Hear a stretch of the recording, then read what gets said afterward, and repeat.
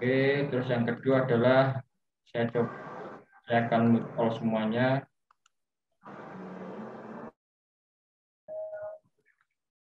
Oke, terima kasih. Eh, Terima kasih buat teman-teman yang sudah hadir pada kesempatan malam ini pada acara bincang mata ya, bincang mata dengan antara teman-teman redaksi mata dengan teman-teman dari Pewarta Foto Indonesia Surabaya ya. Malam ini kita akan bercerita tentang Mahameru atau Gunung Semeru karena pada tanggal 4 Desember tahun kemarin terjadi erupsi yang cukup besar dan cukup membuat masyarakat di sekitarnya terdampak dan cukup parah ya. Tapi sebelumnya, sebelum masuk itu seperti biasa, izinkan saya untuk memperkenalkan majalah kami dulu, majalah Mata. Izin untuk share screen.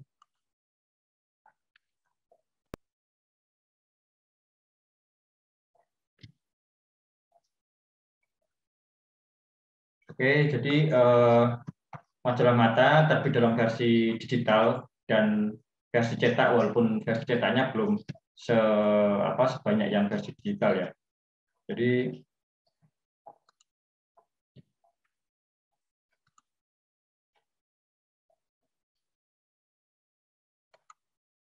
teman-teman kalau belum pernah membaca majalah Mata, jadi teman-teman bisa masuk di websitenya fotografer.com ya, fotografer.com.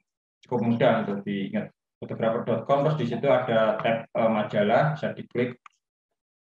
Di sini kita sudah mempunyai 13 edisi.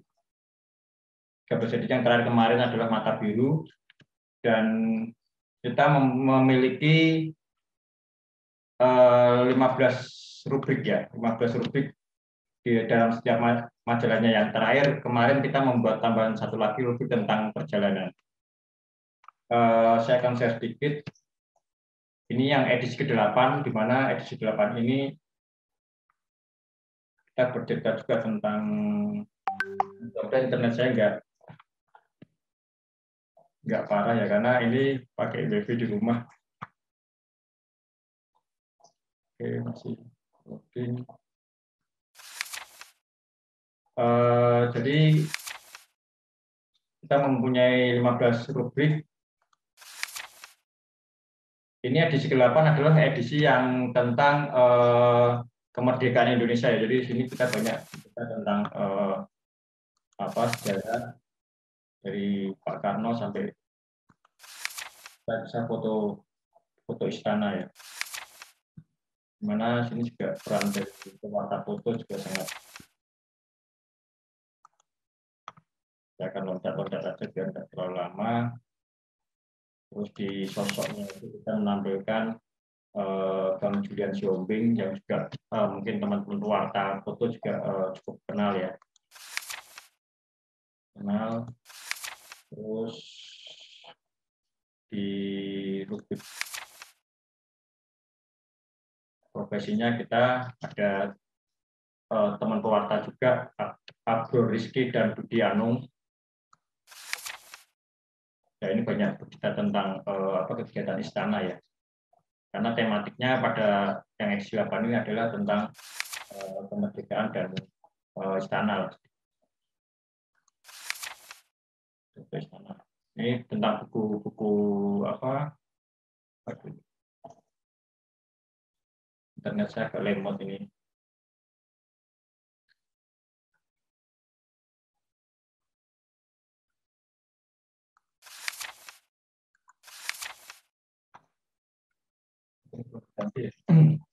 Tentang bukunya ada tentang bukunya Pak Habibie yang berjudul tentang kesetiaan pada angkasa ya, atau Rhapsody Light Speed Time and Space.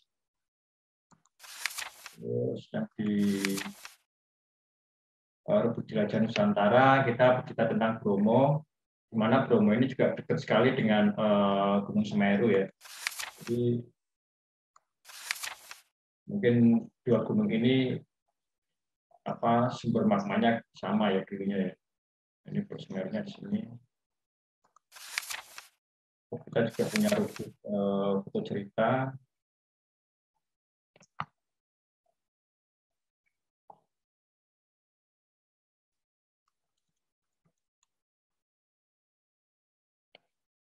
Oh maaf, internet saya agak lemot ini.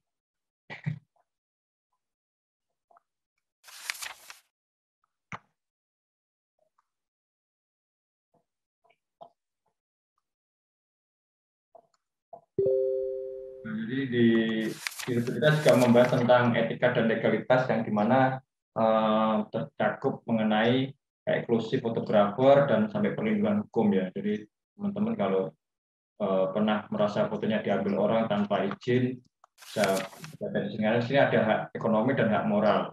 Terus bagaimana cara menulis perjanjian tertulis. Terus bagaimana jika terjadi sengketa, penyelesaian sengketa. Ini kita bahas juga di majalah kami.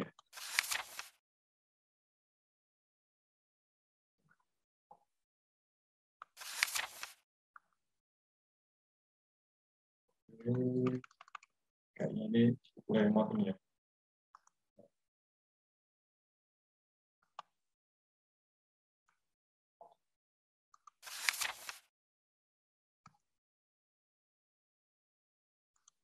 Oke deh teman-teman, karena ini agak lemot, saya kembalikan lagi langsung ke moderator aja biar acaranya nggak terlalu lama, terlalu panjang. Saya memperkenalkan dikit aja, tapi ini internet saya agak nggak baik. Mas Mamu,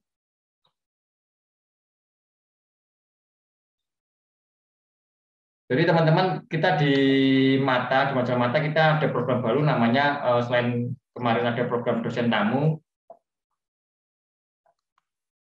kita sekarang membuat program namanya Mata Akademi, di mana di program Mata Akademi itu kita adalah sebuah program yang membuat pelatihan untuk fotografer untuk menulis, dan nanti mungkin tidak akan berhenti sampai di pelatihan menulis saja, bisa nanti juga berkembang ke pelatihan tentang fotografer atau hal-hal yang berhubungan dengan fotografi.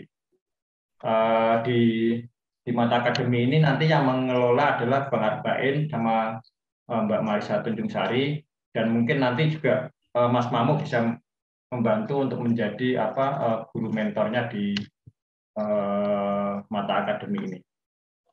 Insya Allah. Ya, oke, mungkin dari saya itu aja. Internet saya agak lemot, mungkin semoga mudah-mudahan enggak down ya. Oke, terima kasih dari saya, itu saja, dan semoga dari Mata untuk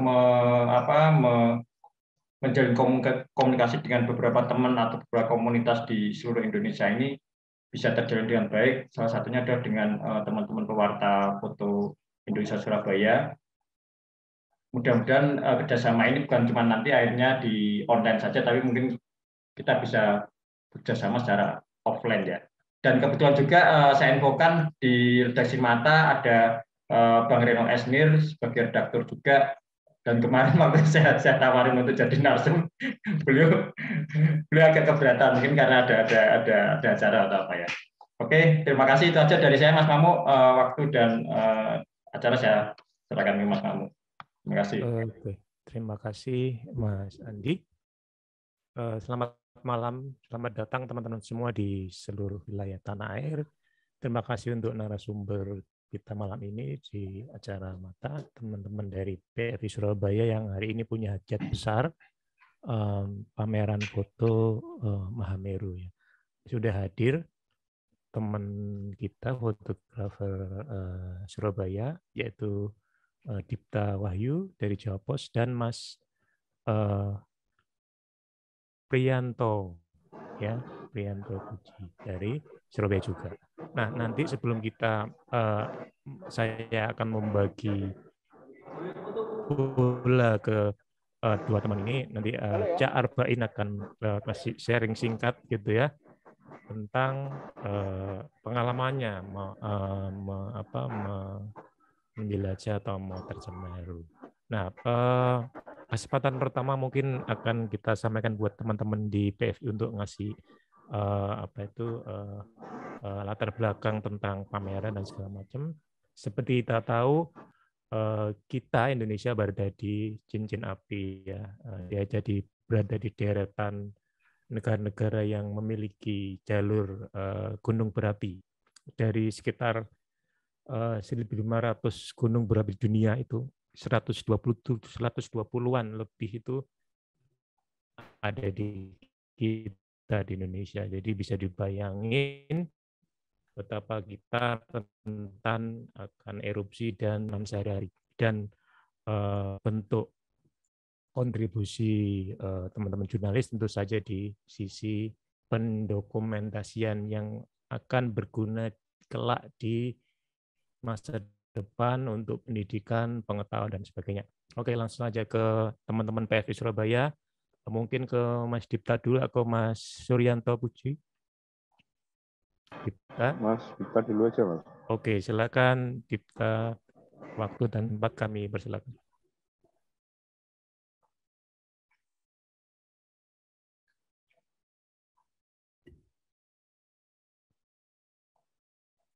Mas Dipta, sebentar. Oke, ya.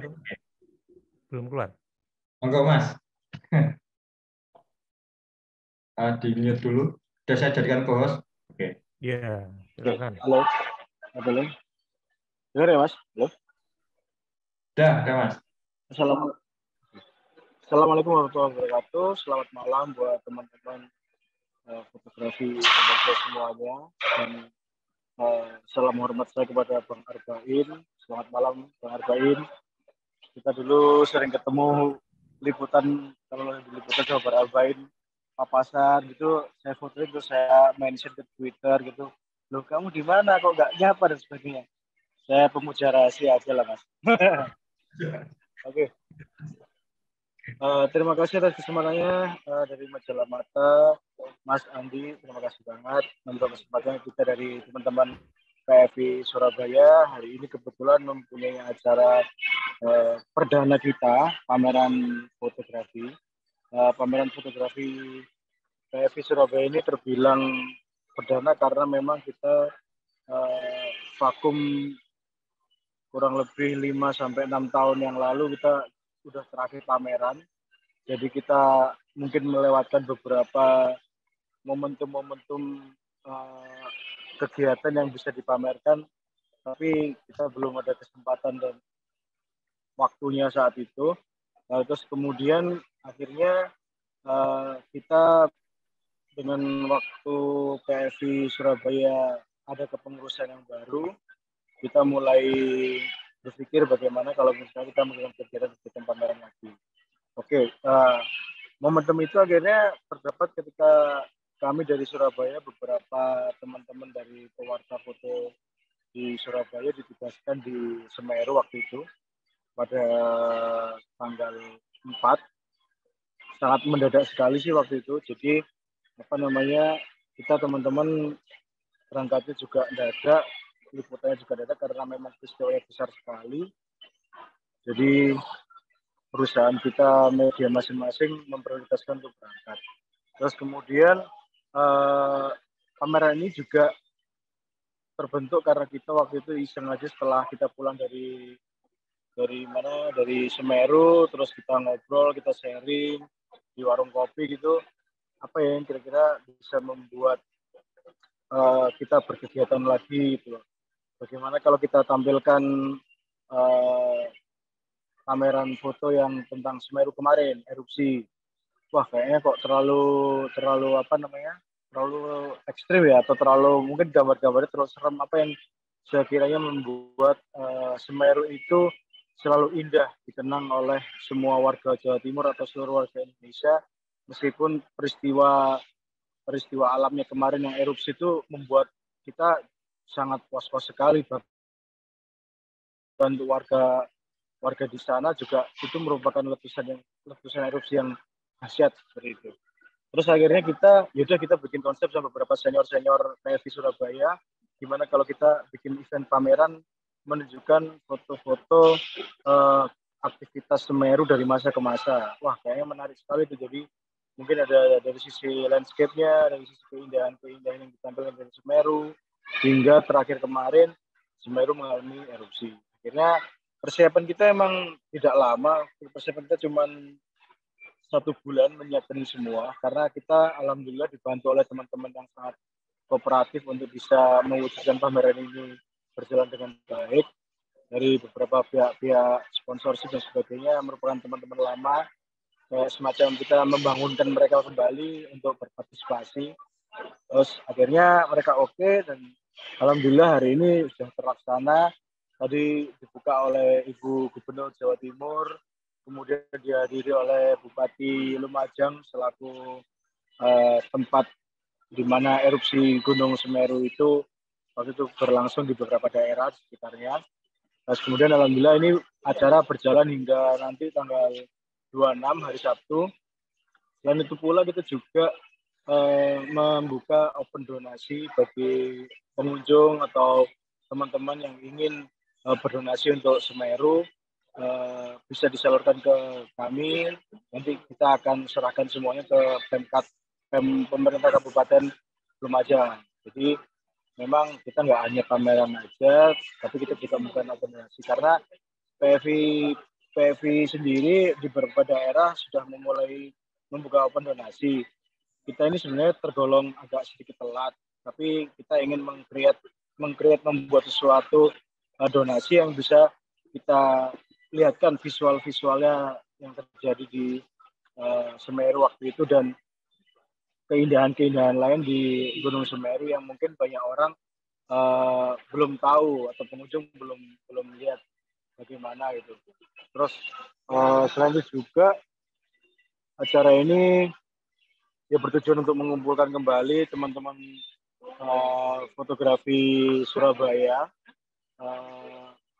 untuk bersilaturahmi kembali, yang mungkin selama ini teman-teman sibuk bekerja dengan pameran ini, mereka alhamdulillah bisa berkumpul kembali. Mungkin gambarnya seperti itu, Mas Andi.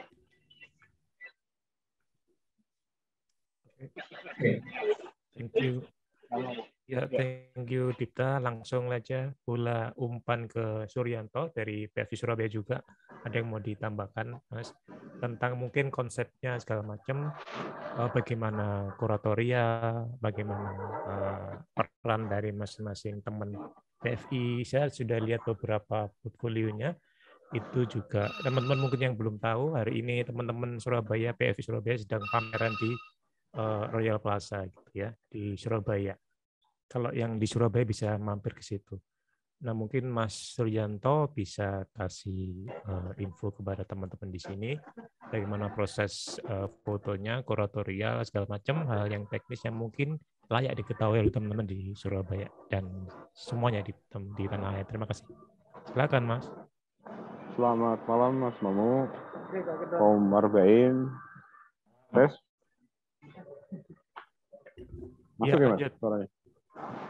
Ya, jadi masuk, untuk jadi kalau untuk karya sih sebenarnya jadi tiap-tiap kita sampaikan ke teman-teman semuanya, maksudnya anggota PFI Surabaya ya. Jadi kita sampaikan bahwa barangkali ada siapa kawan-kawan yang memiliki foto bertemakan tentang Semeru atau Mahameru. Nah, dari situ per orang itu dibatasi berapa karya? 5 karya kalau nggak salah atau tidak terbatas. Apa lagi? 5 karya. 5 karya per orang dikirimkan untuk dikurasi dan dipamerkan.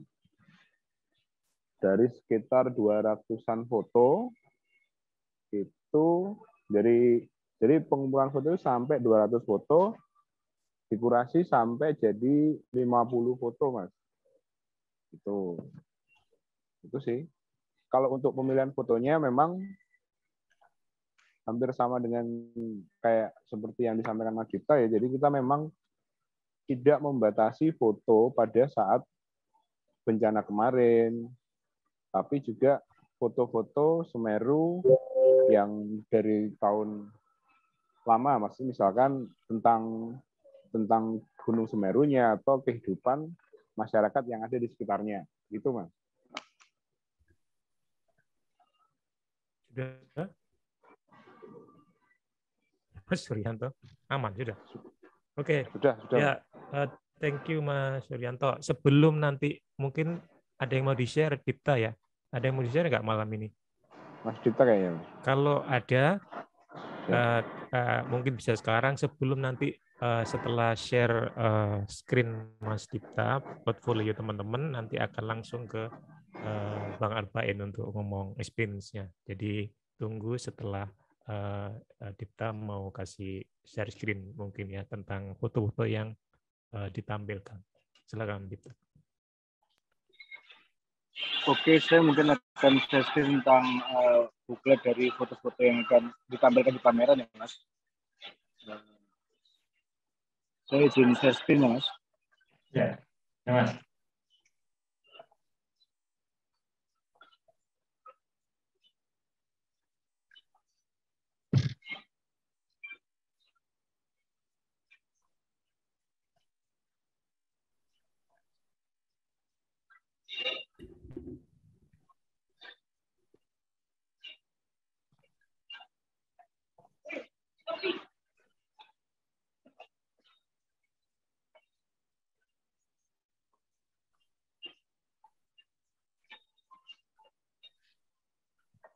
Halo, terlihat ya, Mas? Oke, aman. Aman ya, Mas? Ya. Jadi ini ada 50 karya foto dari 22 fotografer di Surabaya yang tergabung dalam pewarta foto Indonesia di Surabaya. Jadi ini tampilan booklet yang sebenarnya kita share untuk beberapa kolega untuk berdonasi juga. Jadi ini adalah gambaran foto-foto yang dipamerkan.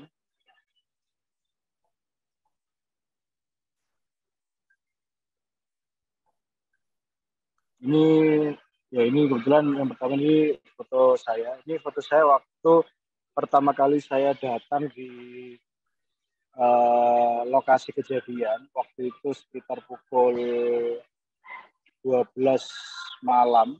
Jadi saya itu kan mendapatkan penugasan dari kantor itu mendadak sekali dan belum ada persiapan sama sekali. Jadi waktu itu saya sedang motret fashion show. Fashion show-nya belum jalan, saya dikontak oleh redaktur saya, langsung berangkat ke Lumajang. Memang saya tidak mendapatkan foto Lumajang, foto erupsi yang seperti yang viral-viral di sosmed.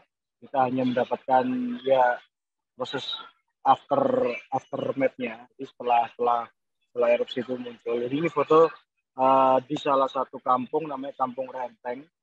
Ya ini truk penambang pasir, karena di daerah Lumajang yang saya datang itu mereka mata pencahariannya sehari-hari adalah sebagai seorang penambang pasir yang mana Lumajang itu memang memiliki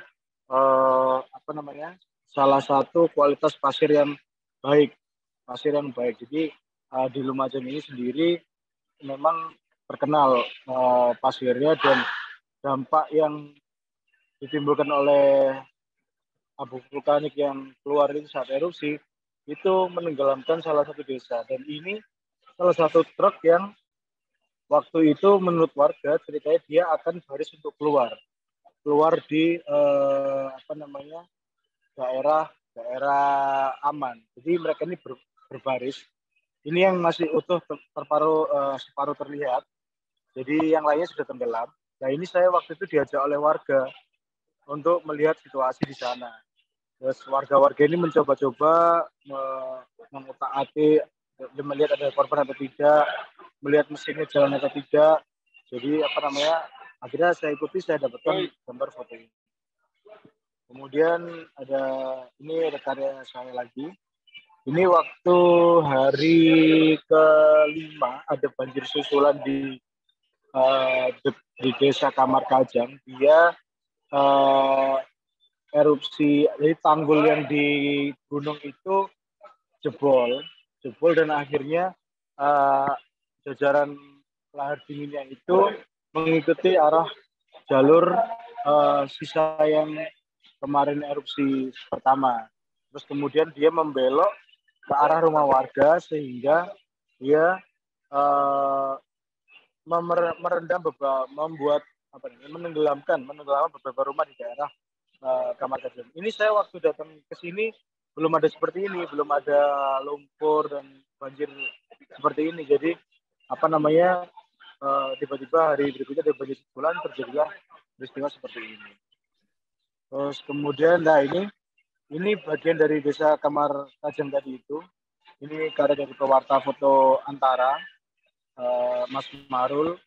Jadi ini termasuk baru. Jadi orang-orang yang berdiri di atas itu adalah sebelumnya itu kita lewatin menuju daerah namanya Jembatan Geladak Perak yang putus itu. Jadi di hari itu akhirnya waktu tanggul jebol itu air lahar dinginnya itu bercampur lumpur itu memasuki rumah-rumah yang sebelumnya kita lewati ini baik-baik saja, aman-aman saja. Jadi mulai lumpur-lumpur ini sisa dari erupsi itu menenggelamkan rumah-rumah mereka sebagian besar. Ini tim evakuasi dari tim PMI yang berada di salah satu daerah dekat gunung juga ini di daerah Curah Koboan. Rumah-rumah atau mereka hancur karena mereka tertimpa abu vulkanik dari atas itu tadi. Akhirnya membuat beberapa tempat rumah mereka dari atas rusak. Terus ini ada salah satu foto yang mungkin agak mengerikan ya dari salah satu pewarta foto juga Mas Chris. Dia memotret bagian dari salah seorang jenazah yang mau dievakuasi waktu itu. Jadi ini agak sedikit meramkan. Jadi memang kondisinya seperti itu di sana waktu evakuasi jenazah. Terus kemudian ini karya dari Mas Suryanto. Ini guguran lava pijar pada malam hari. Jadi setelah setelah erupsi itu malamnya itu keluar api-api seperti ini. Dan bagi warga yang tinggal di dekat gunung yang radius cuma 2 kilo, 3 kilo yang juga terkena dampaknya, sebenarnya mereka tidak terlalu mengkhawatirkan peristiwa ini karena mereka sering melihat juga peristiwa seperti ini dan mereka menganggap itu biasa-biasa aja. Tapi terkadang pemerintah membuat mereka akhirnya tergopoh-gopoh untuk segera mengevakuasi diri. Padahal kalau mereka tahu kalau misalkan Semeru keluar lava pijar seperti ini, berarti masih dikatakan ini masih aman. Oke. Tapi kalau udah nggak mengeluarkan apa-apa, itu mungkin jadi pertanyaan besar, ada apa. Itu terjadi waktu Semeru erupsi yang kemarin itu. Orang-orang pada nggak tahu semua, ternyata tiba-tiba dia mengeluarkan awan hitam, erupsinya tinggi sampai membuat sekitar suasana di beberapa kampung itu jadi gelap. Dan akhirnya ternyata abu itu adalah abu vulkanik yang berjalan ke arah ke pemukiman warga. Ini adalah salah satu jembatan Geladak Perak. Geladak Perak ini jembatan yang menghubungkan antara daerah Lumajang, desa Sumberwuluh ke Pronojiwo. Jadi ini putus tahun lalu, tahun 2020, akhir Desember juga, Semeru sebenarnya juga mengeluarkan lahar dingin yang lumayan banyak, tetapi tidak membuat jembatan ini sampai terputus. Jadi ini juga merupakan jalur dari lahar dingin juga yang di bawahnya itu terdapat banyak pekerja tambang pasir yang akhirnya jadi korban juga di sana. Dan ratusan eskavator, bego, truk dan sebagainya banyak yang masih terendam di sana. Terus kemudian ini jadi kalau kita lihat foto pertama yang ada truk tenggelam, itu kita bisa lihat lagi truk itu lagi di daerah sini. Ini karena dari teman Antara Jatim, saudara Naufal. Nah, truk itu di sini. Orang-orang berjalan di atas ini, di bawah masih banyak truk-truk yang terpendam yang belum dievakuasi. Jadi ini warga ketika saat selesai malamnya sorenya itu evakuasi, sorenya itu erupsi, paginya itu mereka tuh penasaran, mereka pengen balik ke rumahnya atau melihat rumahnya masih ada atau tidak. Jadi ini pagi-pagi hari saat orang-orang tuh nekat, artinya nekat itu langsung masuk aja tanpa ada penjagaan juga dari pihak-pihak keamanan waktu itu. Terus akhirnya warga banyak yang berhamburan, terus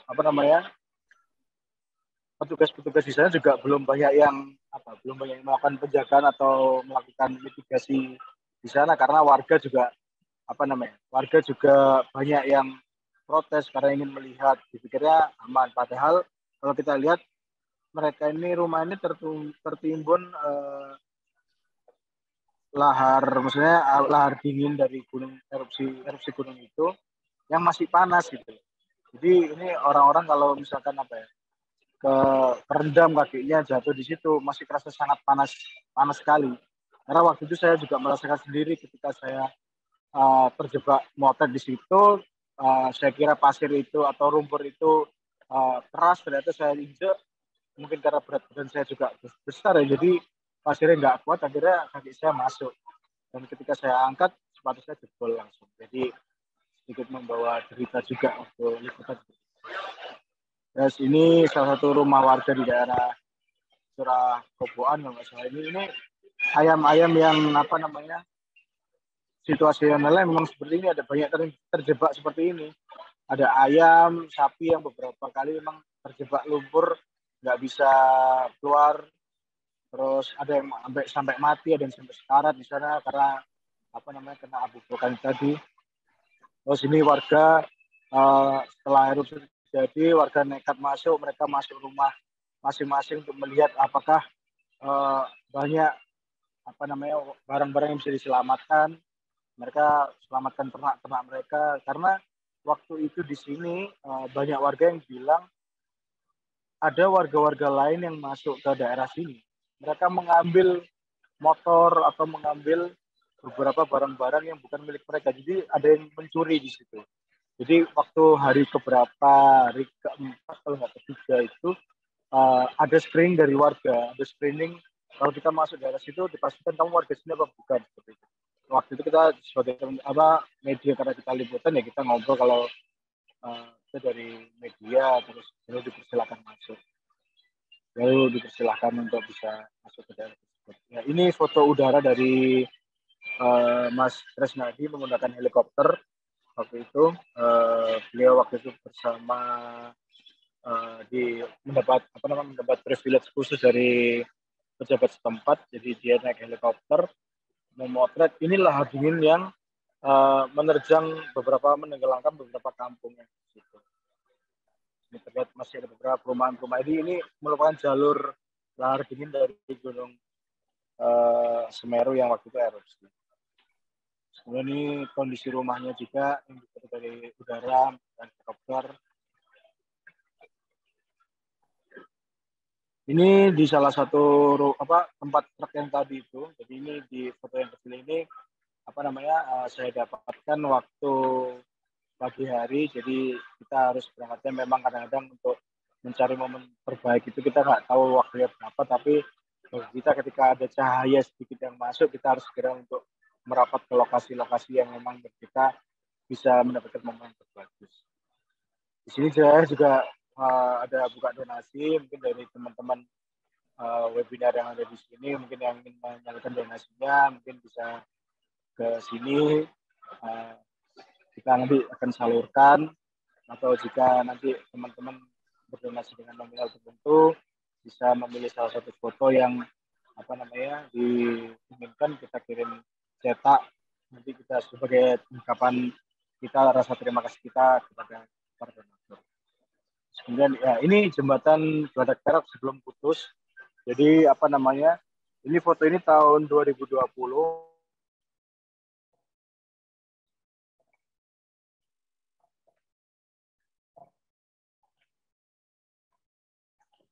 Mas Cipta. Mas Cipta.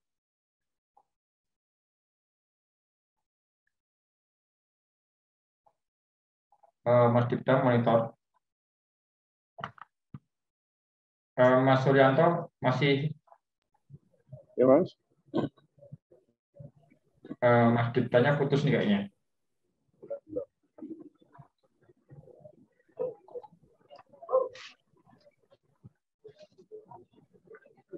Sahabat Drek.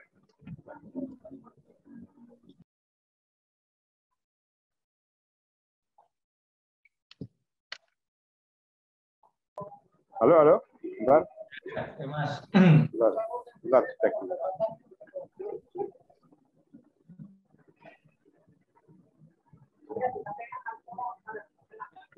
Masih trouble kayaknya, Mas. Bentar kayaknya.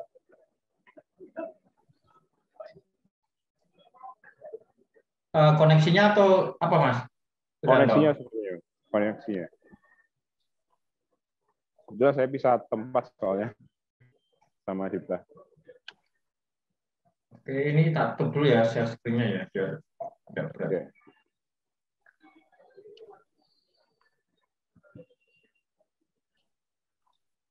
Maaf teman-teman, sinyalnya mungkin agak trouble ya. Cak Mamu, bagaimanakah? Apa kita ke Bang Arben dulu? Kayaknya Umar Bain deh, Mas. Yang Gitu ya. Om Mamu mana nih? Cak Mamu nih. Cak.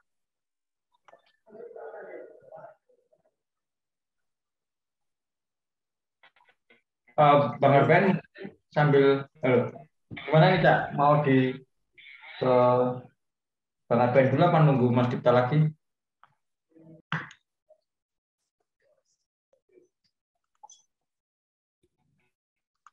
Ya, sambil nunggu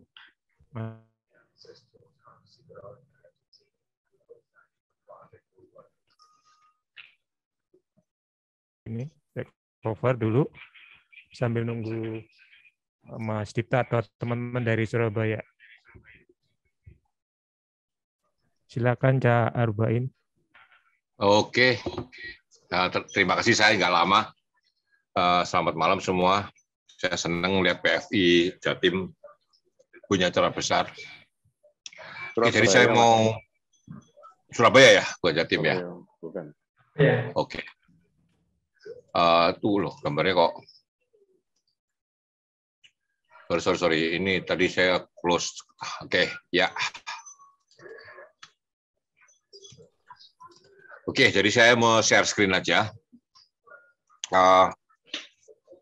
Saya gini-gini pernah sampai puncak Semeru 43 tahun yang lalu, jadi ketahuan tuanya ya. Jadi 43 tahun yang lalu saya anak SMA, jadi bayangin pesona Semeru ya. Saya anak kota kecil Semarang, tahun 79, niat banget naik ke Semeru. Tentu kondisinya jauh daripada sekarang ya. Ini foto pertama ini adalah dari puncak Semeru lihat Bromo. Jadi di karena atas itu jam 1 itu adalah Bromo. Biasanya kita dari Bromo, Pananjakan lihat Semeru kan. Ini pemandangan sebaliknya dari Semeru lihat Bromo. Jadi ini saya potong bawahnya karena sepatu saya ya. Jadi ini 43 tahun yang lalu pemandangan dari puncak Semeru ke arah Bromo. Lalu ini, nah gaya saya ya, anak SMA, bayangin.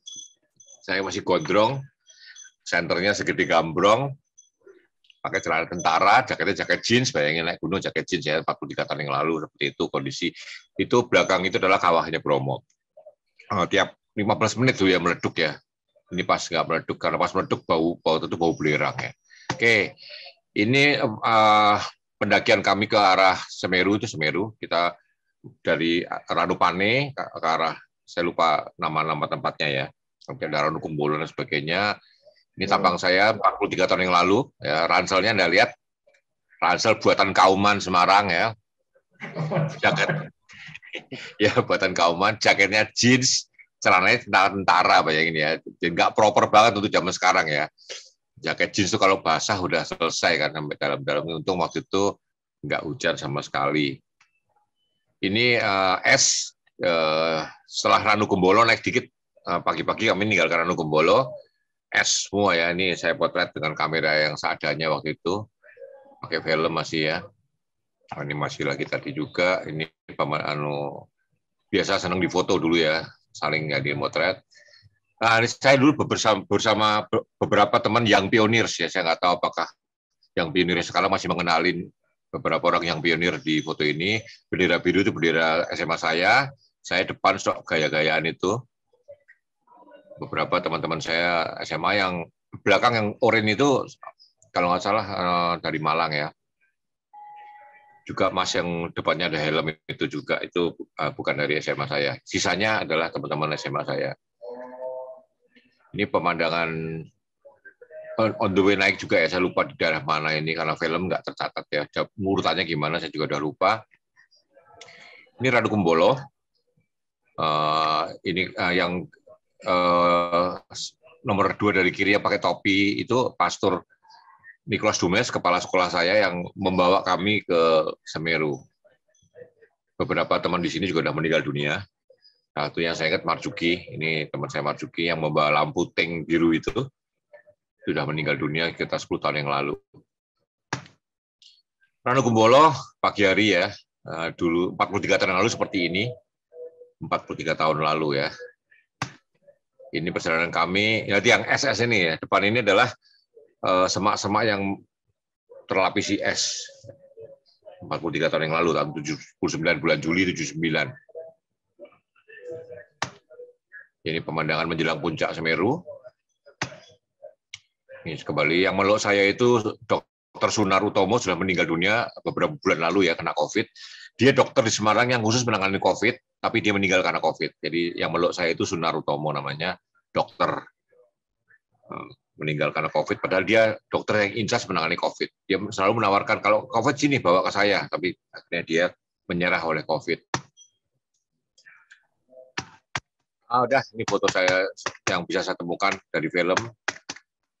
Perjalanan ke Semeru saya 43 tahun yang lalu. Oke, betapa pesona Semeru ya. Saya kembalikan ke Cak Mamu deh. Siap, luar biasa. Ya. Tahun itu belum masih STK. Oke, kita saya mau ini dulu ya, membahas sedikit sama Mas Arpain tadi.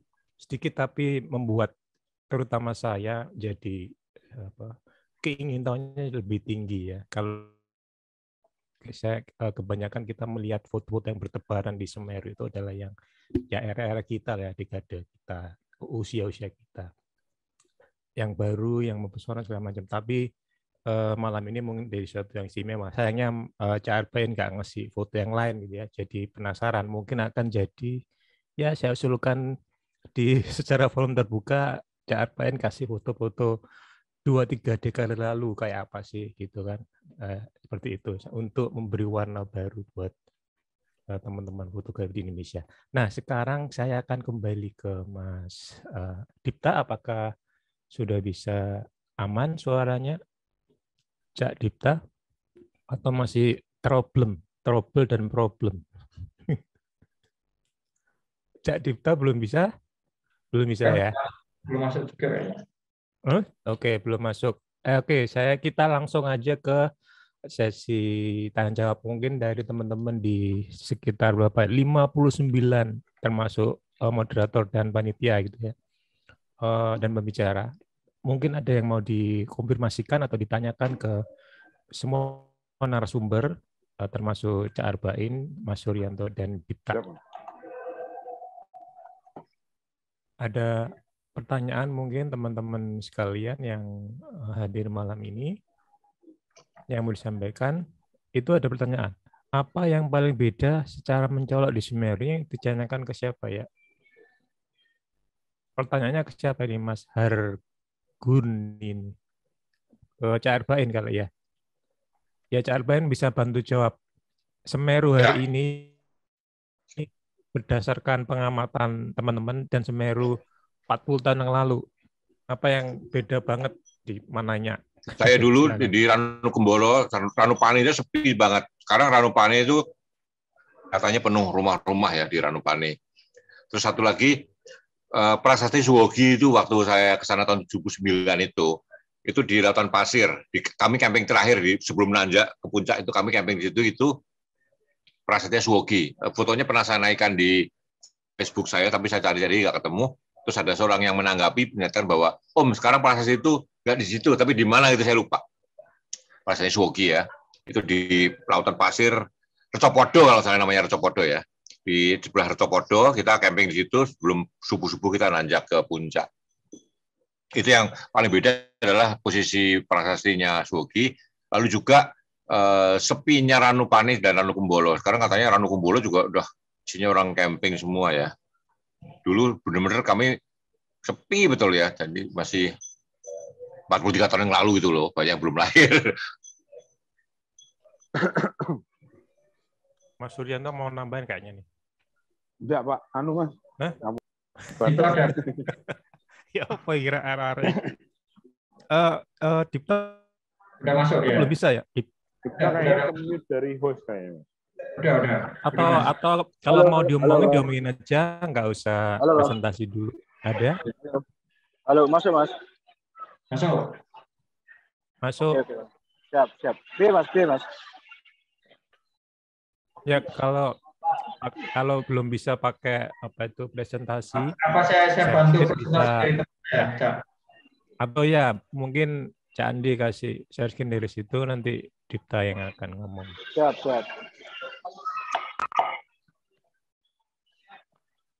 Jadi nyampe mana tadi? Jadi sampai sini ya? Sampai sini ya. Tuh ya, Sampai sini ya.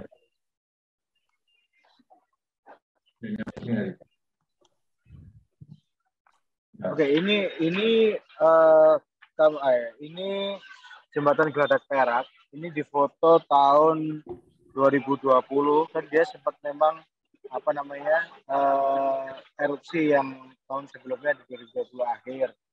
Jadi ini jembatan yang sebelum putus waktu itu. Yang kemarin tadi kita lihat yang erupsi ini jembatan ini sudah hilang karena erupsi itu. Next. Siap. Full screen dulu.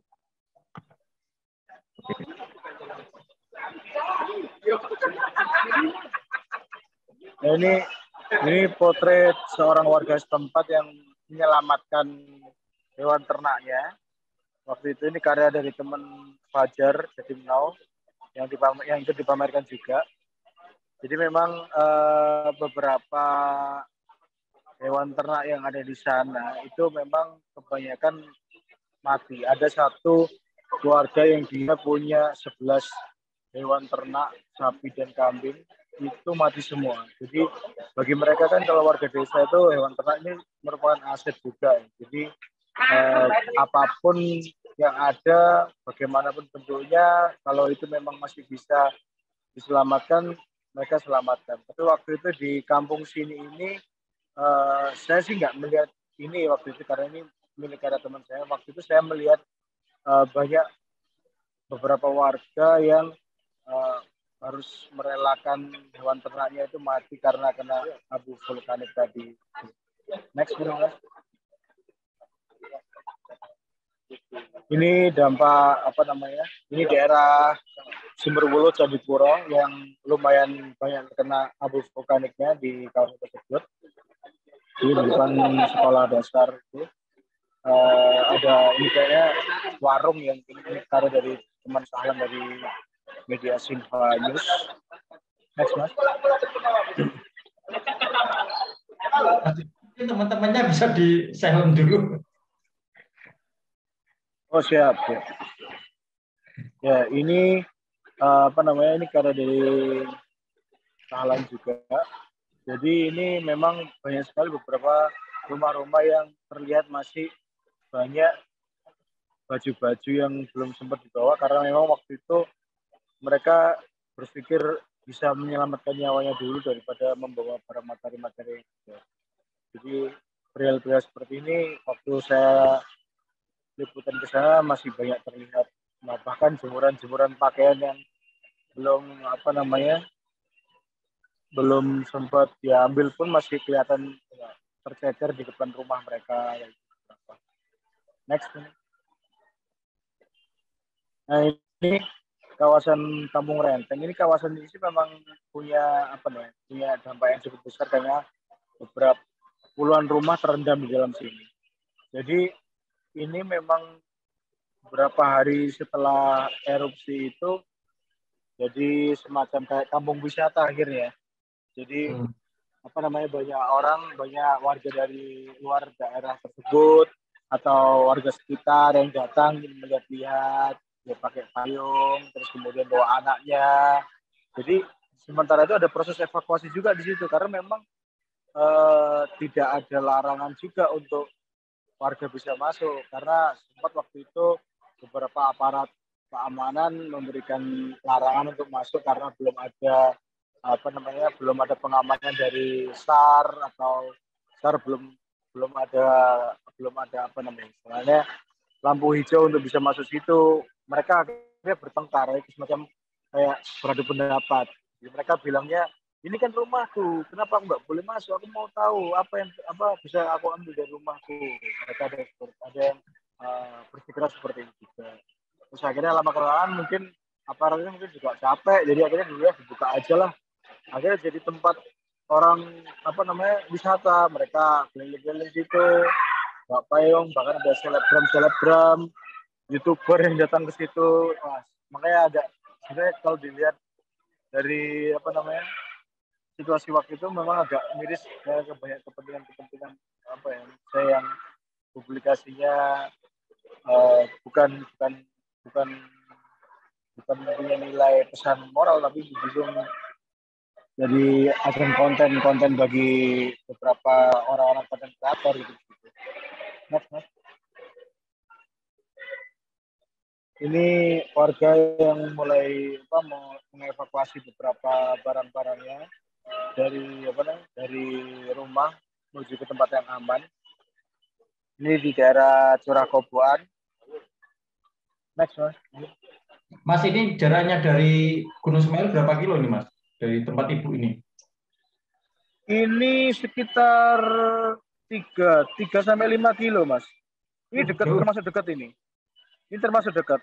Ini sebenarnya kalau kita ke kiri ke arah berlawanan ibunya itu kita bisa lihat beberapa kampung-kampung yang punya dampak yang tadi yang sudah dipaparkan beberapa yang tadi bawa kerbau itu dampaknya sampai situ. Jadi ini cuma bagian jalan aja yang mungkin masih terlihat nggak terlalu berdampak banyak. Jadi jalan ini memang agak melintang ke dalam gitu. Rumah warga itu daerah situ semua. Jadi warga karena aksesnya pun nggak bisa semua mobil masuk karena tim SAR itu bawa mobil banyak-banyak besar-besar, antrinya aja berjubel. Jadi SAR-nya itu juga kayak berlomba-lomba masuk tempat itu untuk bisa evakuasi kayak gitu. Seperti itu, Mas. Nah ini waktu usai erupsi, jadi ini Mas Trisnadi ini motret pakai helikopter waktu itu. Jadi dia dapat foto sejajar dengan gunungnya. Kalau dari bawah sebenarnya bisa, tapi kan agak low angle. Jadi ini dapatnya beliau waktu itu sejajar dengan helikopternya. Waktu ini lubang yang awalnya kecil jadinya besarnya segini waktu erupsi. Next. Ini dari kutipan film 5 cm kan inspirasinya dari Semeru. Jadi Semeru tuh gara-gara film 5 cm tuh namanya mulai dikenal di mana-mana gitu. Next. Nah ini waktu H+1 setelah erupsi besar itu, jadi warga itu paginya itu tiba-tiba datang ke kampung itu, kemudian ada susulan lahar dingin dari arah gunung yang akhirnya membuat orang panik semua, lari, terus akhirnya orang kebingungan. Tim SAR-nya ada di situ. Tim SAR memberikan tanda-tanda menggunakan peluit untuk segera meninggalkan tempat. Next. Nah ini selalu juga warga menyelamatkan beberapa barang-barang yang bisa mereka selamatkan. Jadi berbagai upaya, berbagai cara, pokoknya apa yang bisa dibawa mereka bawa biar ada aset yang bisa dipakai kembali kalau melihat rumah mereka yang sudah tertimbun oleh abu lahar dingin tadi. Next, Mas. Nah ini salah satu mobil yang kalau kita mungkin teman-teman berkesempatan dapat liputan seperti ini, mobil-mobil evakuasi dari PM ini namanya Haglund. mobil yang biasanya mengevakuasi di daerah-daerah yang lahar-lahar yang radius 1 kilo untuk pencarian menggunakan ini semua. Dan yang menggunakan mobil ini semuanya harus safety first, keamanan harus diperlengkapi.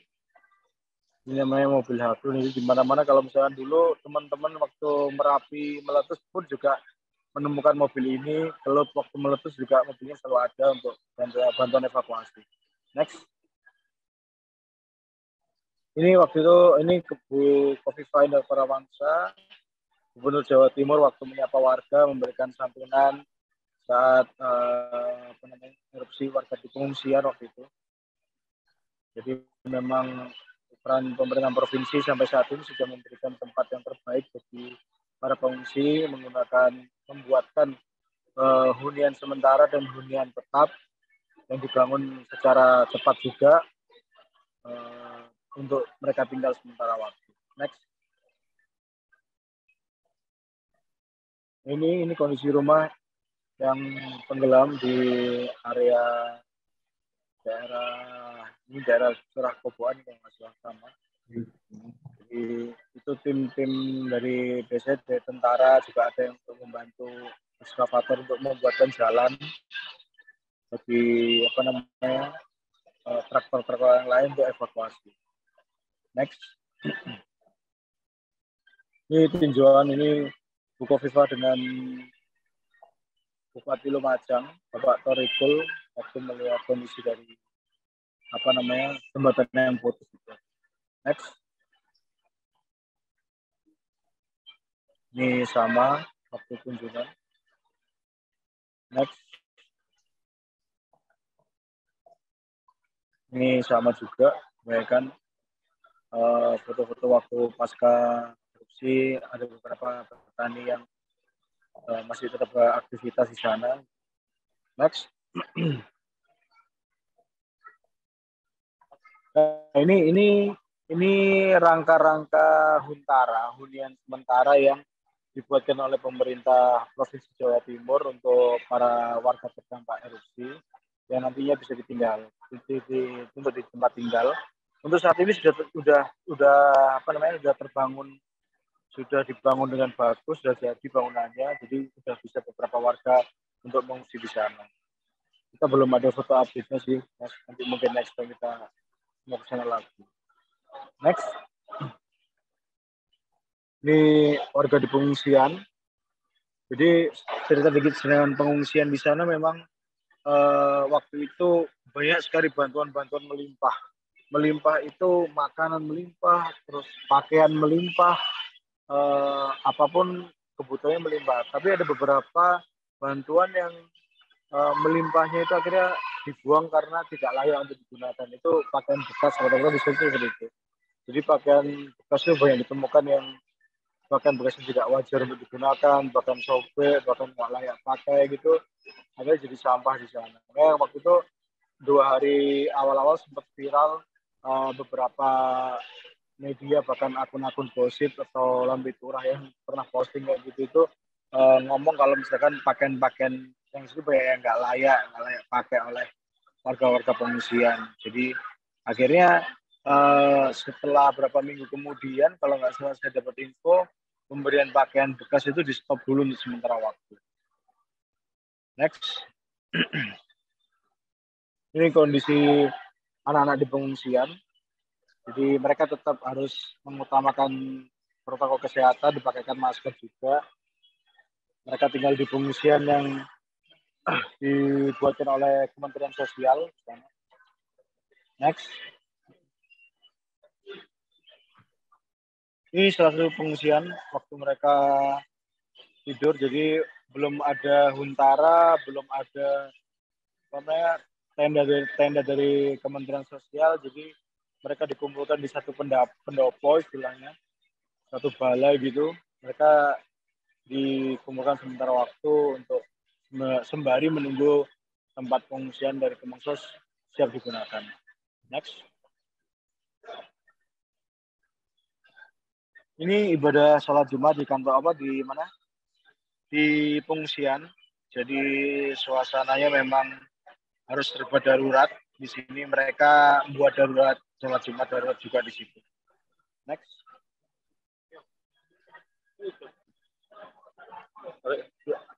Ini sekolah darurat juga. Jadi anak-anak yang di sana itu kan otomatis sekolahnya beberapa sekolah itu terdampak oleh erupsi Gunung Semeru, sehingga pemerintah setempat dan bekerjasama dengan stakeholder yang di sana, mereka membuatkan tempat pengungsian menjadi tempat belajar sementara bagi anak-anak supaya tidak tertinggal pelajaran mereka. Next. Nah, ini di salah satu sudut lokasi yang dekat Semeru. Jadi Semeru itu sekelilingnya itu sangat eye-catching kalau misalnya kita bisa melihat komponen atau komposisi yang bisa kita buat foreground untuk mencari foto-foto yang bagus Semeru. Next. Nah, ini anak-anak sekolah yang dari sana. Kalau anak-anak sekolah di desa itu kan mereka biasanya banyak jalan dengan jalan kaki yang jauh-jauh gitu. Ini kejadiannya kan jauhnya 3 kilo, 4 kilo jalan kaki. Ini mereka biasa, kalau kita mungkin gempor 3 kilo jalan. Boleh tanya nggak? Bisa saya? Iya mas. Iya mas. Ini kejadiannya yang ini foto anak-anak sekolah ini. Bukannya lagi? Yang mana mas? Ini anak sekolah ini. Yang ini foto lama kayak mas. Ini fotonya mas berdua. Ya, karena foto lama. Yang foto sebelumnya itu. Oke. Yang foto sebelumnya itu sebelum erupsi, foto lama ya. Oke. Belum. Ini sudah memasuki foto-foto yang sisi lain dari erupsi tadi mas. Siap.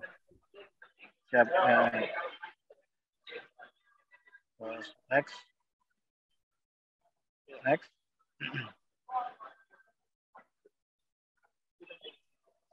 Ya ini makanya foto-foto saya belum pernah melakukan pendakian ke Semeru, cuman banyak foto-foto literasi yang saya lihat tentang Semeru tuh cantik sekali kalau di foto dari berbagai sudut. Harus kita menunggu momen-momen tertentu.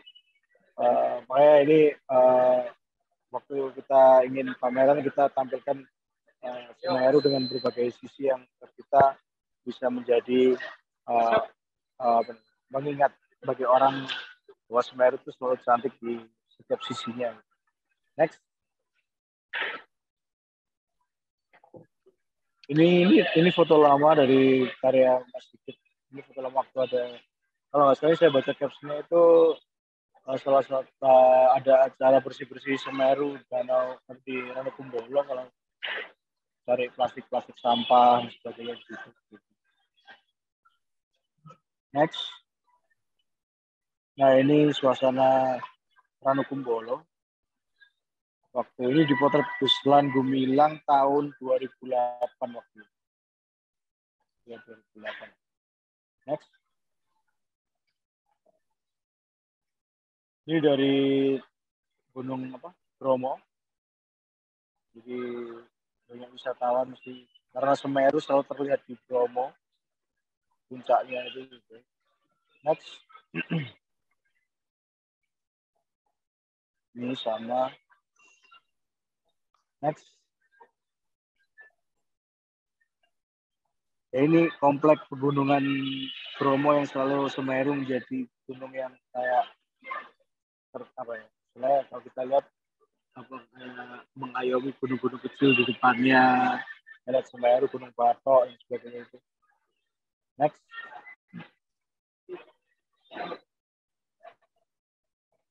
Ini Ranukumbolo. Jadi memang ini karya foto Peggy. Ini memang sudut pengambilannya dari Ranukumbolo itu selalu menarik perhatian mata. Jadi kita lihat bagaimanapun bentuknya, kalau kita tahu timingnya mungkin hasilnya juga oke lah. Next. Ini tempat camp pos Kalimati kalau di selalu ada tempat yang menarik untuk disinggahi kalau di sini. Next. Ya ini puncak Semeru kalau nggak salah saya lihat captionnya. Next. Nah ini kayak foto apa namanya? Kalau itu bintang-bintang itu apa namanya? Star Trail ya atau apa itu? Milky Way semacam kayak gitu. Jadi kalau di Semeru karena mungkin polusinya di sana nggak terlalu banyak, kalau kita mungkin dengan teknis kamera yang apa namanya dengan shutter speed yang apa namanya 30 detik berapa menit itu mungkin mendapatkan foto seperti ini. Next. Nah ini fotografernya ikut lagi juga waktu itu. Jadi ini apa namanya kompleks Gunung Semeru juga. Next. Nah ini puncak Semeru. Kalau menurut caption yang saya baca, karena saya sendiri belum pernah muncak. Jadi apa namanya ini aktivitas yang ada di puncak Semeru. Next. Nah, oke. Terima kasih atas waktunya, Mas Mamu. Sekian. Oke, sip. Tepuk tangan dulu dong di rumahnya masing-masing. Pendokumentasian yang cukup lengkap saya kira ya. Terima kasih untuk teman-teman dari Surabaya. Saya kira ini menarik karena saya pikir awalnya adalah cerita tentang erupsi aja, tetapi teman-teman menyandingkan itu, menghubungkan itu imaji-imaji apa itu erupsi dengan keelokan Semeru yang memang diakui banyak hak, menginspirasi banyak orang, mulai dari Suhuki, Dewa 19 dengan Mahameru, dan Ca Arbain, dan teman-teman semuanya. Ini ada pertanyaan dari M. Fahmi, mungkin bisa dijawab oleh siapapun boleh, yang update soal bagaimana kondisi terbaru di sana. Setelah kejadian erupsi, apa yang dilakukan penduduk lokal untuk bangkit? Kalau ternaknya mati, apa mereka bisa dapat binatang ternak baru atau gimana? Iya. Yang mewakili Pemprov Jawa Timur, yang mewakili bisa jawab siapa ya? Silakan. Ini yang jawab harusnya Pemprov Jawa Timur yang ngasih ternak. Silakan. Atau Dipta mungkin? Mas Suryanto mungkin Mas, mungkin dia tahu karena beliau terakhir ke sana sempat motret Buntara. Oke, silakan Cak Sun. Gimana Mas Mamu, selamat malam semuanya. Kalau terakhir tadi dari yang disampaikan sama Bupati Lumajang ya, Pak Torik tadi kan sempat mampir sebentar melihat. Jadi yang di Semeru kalau update-nya sekarang di sana masih pembangunan Buntara dan hunian tetap, cuman masih sekitar 80% atau berapa dari sekitar yang dibutuhkan itu, Mas. Kalau untuk yang hewan ternak itu kayaknya setahu saya belum ada, mungkin bantuan berupa uang ya. Kalau bantuan hewan ternak sepertinya belum ada. Setahu saya, Mas. Begitu, Mas Mamu. Oke, makasih Mas Suryanto atas bantuan infonya. Mungkin Fahmi bisa konfirmasi ke Bupati Lumajang atau menyurati Pemprov Jawa Timur ya. Pertanyaannya mungkin agak jauh tapi nggak apa-apa. Ada pertanyaan langsung mungkin bisa angkat tangan teman-teman di sini di forum, langsung pakai live cam juga boleh. Kalau malu-malu silakan diketik Kak Fahmi tadi. Ini 60 orang yang sampai hari ini ya yang ikut join malam ini. Ada pertanyaan teman-teman, silakan terkait sama visual boleh, terkait sama yang lain boleh, yang nyerempet-nyerempet tentang Semeru atau mau share experience sedikit juga boleh. Saya tak scroll, ada pertanyaan lagi nggak dia? Ada pertanyaan. Nggak ada ya? Ada pengalaman mistis nggak Om Arbain selama pendakian? Oh iya tuh, mistis ini ya ini. Kalau mistis Ca Arbain wakeh silakan. Biasa nih. Enggak, saya mistis itu di Semeru kebetulan enggak ya, tapi di beberapa gunung Jawa Tengah saya ngalamin, seperti misalkan Muria atau apa ya, Muria ya, Teman depan saya itu tiba-tiba kayak dikamplengin mukanya, plak nih, plak. Katanya, kenapa kamu? Dia diem aja nggak jawab. Terus dia satu ini cerita bahwa ada yang nampar di pipi kanan dia terus-menerus, katanya ya. Kalau itu yang saya naik Muria kalau salah ya. Terus yang Sindoro itu naik itu bareng orang tua pakai celana pendek. Tua banget itu pakai celana pendek. Sampai atas turun lagi nggak pernah ketemu lagi ya. Nggak tahu itu orang bener atau nggak. Itu aja dua yang pernah saya ingat ya. Lainnya nggak ada. Ya, jangan memaksa Cak Arben untuk bikin cerita baru ya. Memang nggak ada. Kecuali memang bukan di gunung, kalau di mana di Asta Tinggi itu siapa pernah dengar? Ya, Asta Tinggi itu mistis itu. Saya hilang 5 jam. Hilang berjam-jam tapi serasa beberapa menit saja. Oke, Ya. ini ada notes dari Mas Becky ya, Jawa Pos. Kayaknya lagi berpuisi beliau ini ya. Bisa saya bacain ya. Mahameru tak pernah ingkar janji. Dia sekian lama memberikan penghidupan bagi makhluk hidup di sekelilingnya. Dia tak pernah enggan memamerkan keelokan alamnya bagi setiap mata yang memandang. Dan dia juga butuh waktu sekejap untuk menyesuaikan diri dengan semesta. Pak Beki kayaknya udah ngopi, jadi pikirannya jadi sangat puitik. Terima kasih, Cak Beki. Ini kayaknya ada catatan juga di note ininya ya, di bukletnya tadi ya, kalau salah. Oke, ada pertanyaan lain teman-teman atau pengalaman juga boleh, silakan. Dari teman-teman PFV Surabaya yang ada di sini siapa ya? Saya belum lihat ininya. Tidak ada pertanyaan? Saya yang ganti tanya, boleh nggak ya? Boleh, Mas. Untuk teman-teman PFI ya, Surabaya, ya. Ini mungkin berlaku umum, tapi khusus yang jawab kalau bisa teman PFI Surabaya, gitu ya. Ini pertanyaan sangat awam, meskipun kita punya background yang sama di jurnalisme.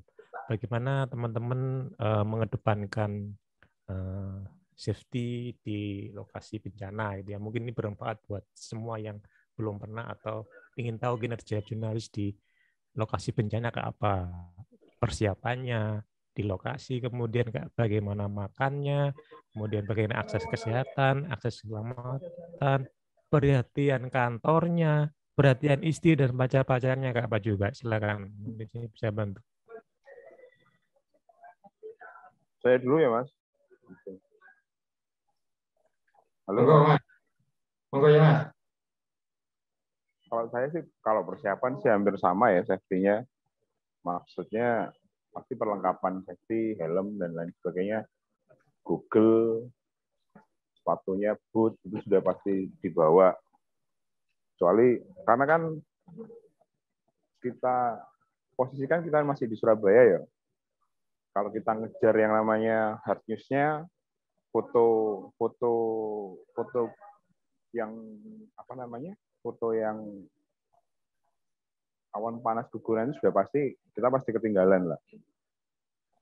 Tapi yang kita bisa lakukan adalah mempersiapkan, misalkan kita bawa, oh ini erupsi gunung berapi, udah bawanya sepatu boot, Google, masker sama yang masker itu sudah pasti, baju ganti sudah pasti. Itu sih Mas, kalau saya sama saya biasanya bawa kompor Mas, bawa kompor kecil itu sama nesting sama sleeping bag. Itu jagani misalkan kita gembel di posko atau apa, minimal kita bisa masak air, bikin kopi sendirilah gitu. Kalau saya sih biasanya gitu. Kalau urusan keluarga di rumah ya pasti kalau tahu kerjanya di lokasi bencana yang agak bahaya gitu, paling cuma sering ngingetin aja Mas. Hati-hati itu aja. Sama pengalaman ini Mas. Saya kemarin itu kan ikut orang dari Jakarta ya, jadi mereka itu nggak mau menginap di dekat lokasi dari radius berapa kilometer gitu. Jadi waktu di Lumajang kemarin saya itu nginepnya itu di kota Mas. jauh dari Candipuro. Jadi kita untuk balik ke penginapan itu kita turun jauh sampai ke kota. Mereka nggak mau ambil resiko harus tinggal di radius berapa kilometer gitu. Saya baru tahu maksudnya SOP-nya mereka itu sampai sejauh itu gitu kalau saya. Kalau saya sih itu. Mungkin Mas Dipta mungkin bisa nambahin ya.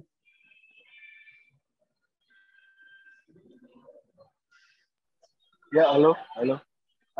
Kalau saya persiapan pastinya hampir mirip dengan Mas Anda juga, persiapan basic dari kalau kita liputan bencana alam seperti itu. Yang pertama memang kalau kita ngejar momentumnya, kita juga nggak mungkin bisa karena keterbatasan jarak. Kecuali memang kita di sana dan menunggu timingnya, mungkin kita masih bisa faktor beruntung tidak beruntungnya untuk dapat itu. Tapi kalau kejadian Semeru yang kemarin memang kita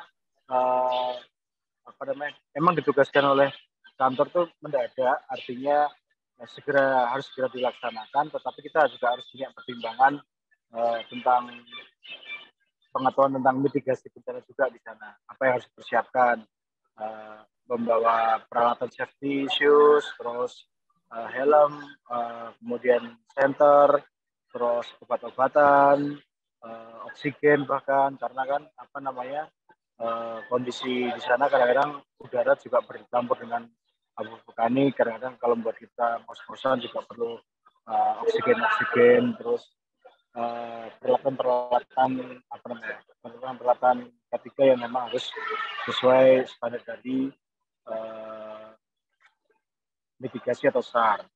Terus kemudian kalau dari faktor yang lainnya, kalau untuk keluarga, pasti keluarga sangat mengkhawatirkan pastinya. Jadi saya selalu berkirim kabar melalui video untuk ke anak istri, bukan video call ya, karena sinyal kita nggak tahu kondisi lapang kayak gimana.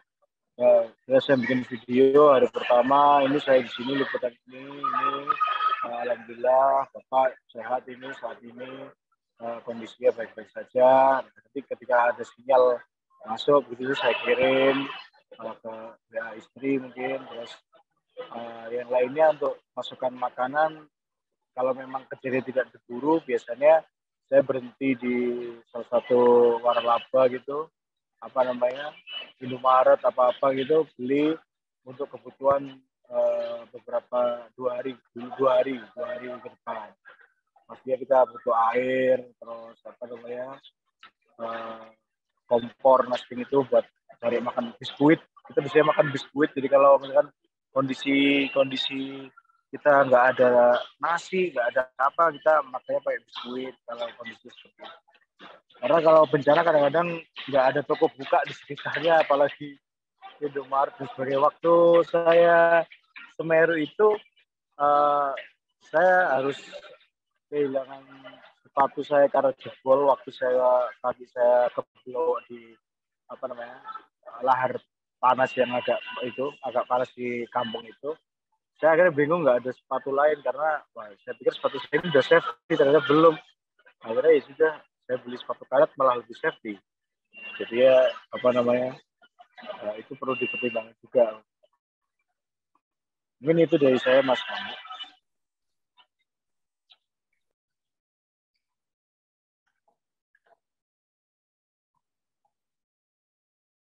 Pak Raja, suaranya masih mute. Halo, cek ya. Terima kasih Dipta, informasinya sangat bermanfaat buat kita semua sesama jurnalis ataupun bagi teman-teman awam ya. Bagaimana kinerja teman-teman di lapangan yang kita tahu selama ini adalah gambar-gambar yang menawan, tetapi di balik itu ada tentu saja kerja keras. Ini ada note lagi, tapi saya kira nggak perlu dijawab karena pertanyaannya mungkin lebih cocoknya bukan buat fotografer kali ya, untuk nendang-nendang apa tadi itu isu yang kemarin itu. Kemudian bangun rumah segala macam itu dijawab tadi. Lalu nggak ada pertanyaan lagi saya kira. Oh ada ini yang terakhir. Oh bukan, ucapan selamat untuk PFI Surabaya dari Mas Disabilitas Berkarya. Kemudian ucapan juga ini dari Mas Beki buat Dipta. Baru tahu kalau Dipta berkeluarga. Karena seringnya ngaku bujang. Oh, saya nggak tahu itu urusannya. Dipta sama Becky ya. Yang sekantor jangan saling berseteru ya. Nggak baik. Oke, teman-teman sekalian. Ini ada pertanyaan baru dari Hargun. Saya bacain. Kalau melihat beberapa kali erupsi gunung, apakah tidak ada larangan pemerintah untuk mendirikan perumahan? Nah, ini pertanyaannya. Kalau bisa teman-teman buat fotografer ya yang visual gitu konteksnya, ini saya kira agak melebar-lebar nanti jawabnya juga saya kira teman-teman nggak mungkin bisa tepat untuk jawab itu. Kalau ada pertanyaan yang terkait sama visual, gambar, kinerja jurnalis, silakan ditanyakan.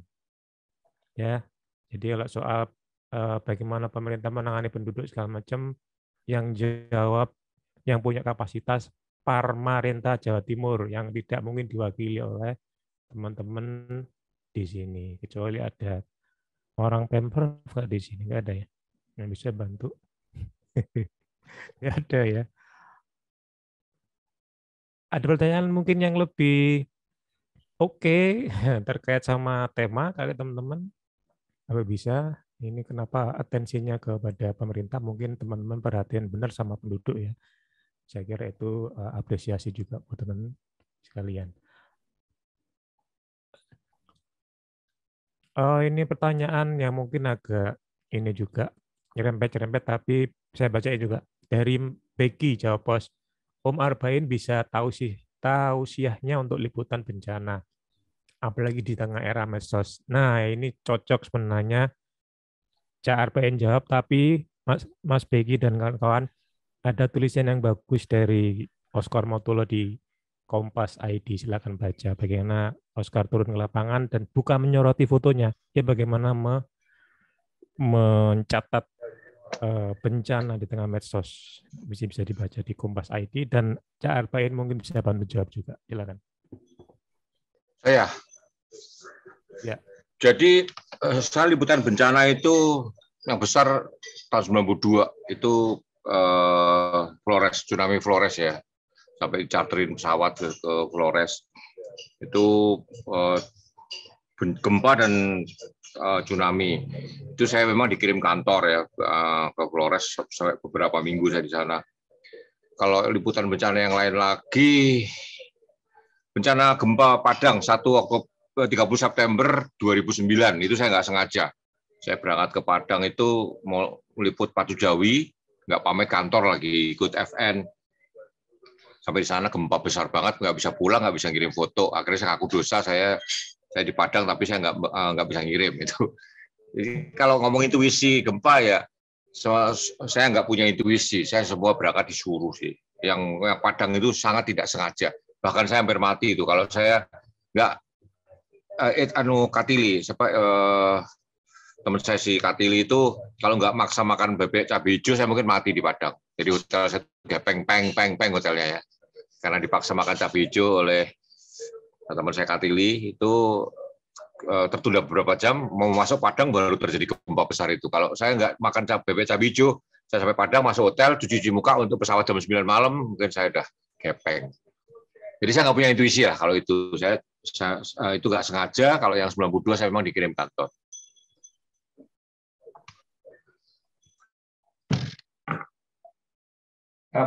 Masih mute Kak, Cak?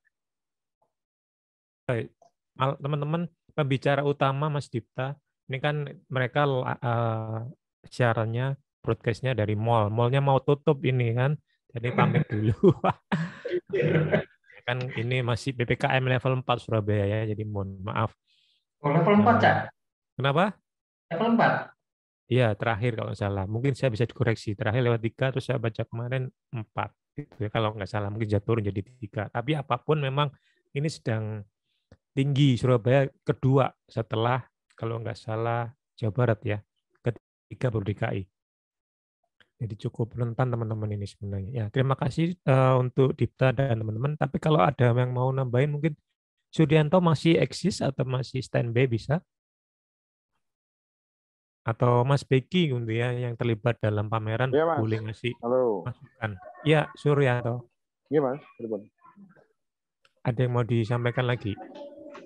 Kayak enggak, Mas. Mas Dipta sudah menjelaskan Oh, Cukup panjang. ya mungkin Mas Beki kita punya waktu 10 menit lagi deh ya.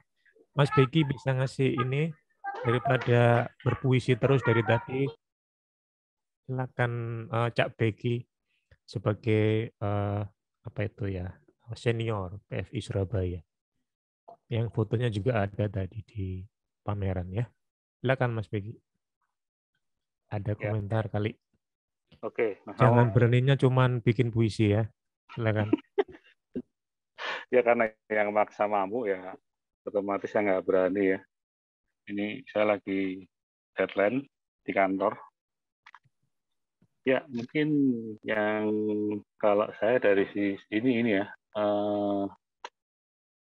memang meskipun saya nggak ikut dalam peliputan bencana waktu itu di Semeru, tapi saya ikut merasakan bagaimana lewat karya foto yang dikirim ya, terutama Dipta, itu saya membayangkan effortnya pasti luar biasa. Karena kita tahu untuk menuju ke sana pun susah. Dan beruntung Dipta dan beberapa kawan fotografer dari Surabaya berhasil masuk duluan. Karena setelah itu, kalau nggak salah, sudah susah untuk masuk. Jalur lewat teman yang di Radar Malang juga nggak bisa masuk dari Malang kalau nggak salah. Terus saya juga melihat medan bencana yang disetorkan Dipta ke saya itu yang saya bisa membayangkan ini pasti peliputannya luar biasa. Makanya tadi cerita Dipta tentang bagaimana sampai sepatunya itu ikut meleleh, ya memang kelihatan di foto. Jadi tanahnya itu masih kelihatan asap. Nah di situ saya salut sama teman-teman yang sudah bekerja keras bahkan taruhan nyawa ya. Ada cerita ketika teman-teman Dipta mengejar tempat yang belum ada fotonya, sampai di sana ternyata suasananya sepi dan kita katanya takut sendiri. Itu. Jadi ya begitulah. Terus yang kedua tentang dari sisi pemilihan foto di redaksi ya, tentunya bukan banyak. Semua foto yang dikirimkan dari Dipta itu secara news, secara visual juga bagus-bagus banget. Dan ini pasti juga teman-teman yang liputan di sana juga mendapatkan momen dan gambar yang luar biasa. Dan ini dari tim redaksi harus memilah dan memilih karena kan peliputan ini kan panjang berhari-hari. Makanya kita juga harus memperhitungkan agar isu-isu yang termuat nanti di koran itu bisa berkelanjutan. Jadi kalau dalam istilah news itu ada namanya running news. Jadi berita yang berkelanjutan. Foto pun seperti itu. Itu yang pertama. Yang kedua juga dari sisi pemilihan foto kita harus jeli ketika melihat foto-foto yang lokasinya sama, nggak apa-apa. Tapi bagaimana kita melihat lingkungan di sekitar, ini jangan sampai ada yang hari pertama sama hari kedua sama juga di situ. Nah, seperti itu. Ini manajemen pengaturan waktu untuk memuat foto ini juga harus terus dijaga, jangan sampai ada perulangan. Saya kira itu Mas Mamu. Jadi dari sisi redaksi yang saya tidak ikut berangkat, tentunya kita berterima kasih untuk teman-teman yang di lapangan telah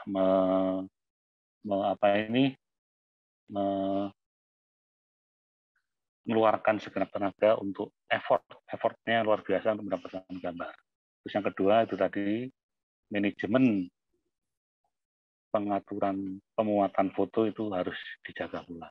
Saya sebenarnya ingin ya dari Bang Arba'in untuk mengomentari beberapa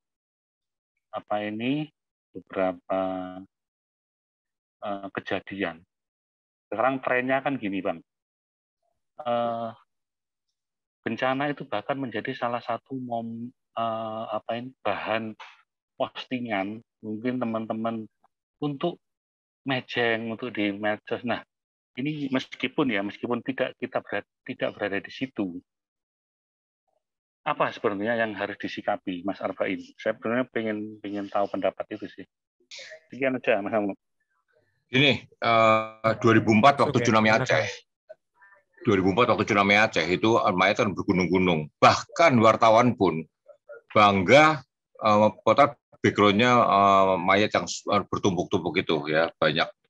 Sebetulnya enggak salah dia toh di situ, apa salahnya dia berfoto. Tetapi yang terjadi tahun 2010 di Jogja, gempa Jogja itu, sampai saya masih nyimpan fotonya itu, penduduk pasang foto, jadi kalau orang datang nggak ngasih bantuan cuma selfie diusir. Ada kemarahan penduduk ya. Jadi orang datang lewat cuma foto-foto terus pergi. Itu dilemparin batu oleh penduduk ya. Itu terjadi Jogja 2010. Sebetulnya orang membanggakan diri sampai tiba di satu tempat yang tidak biasa-biasa itu apa itu suatu yang normal ya, wajar ya. Orang ke Bromo manusiawi. Tetapi harusnya etika juga dimasukkan. Bahwa dia mikir ini orang-orang ini menderita kok saya malah foto-fotoan. Itu yang kadang-kadang nggak masuk di nalar ya. Orang selfie juga nggak masuk nalar. Di Merapi itu ada sampai jatuh ke kawah itu kan karena kejelungup bahasa Jawanya gitu ya. Kalau menurut saya ya itu suatu hal yang manusiawi, tetapi memang harus selalu diberikan penerangan ya bahwa etis atau tidak. Terus gini juga, memotret itu etis atau tidak? Orang lagi kemalangan kok dipotret. Nah itu ada dua pemikiran.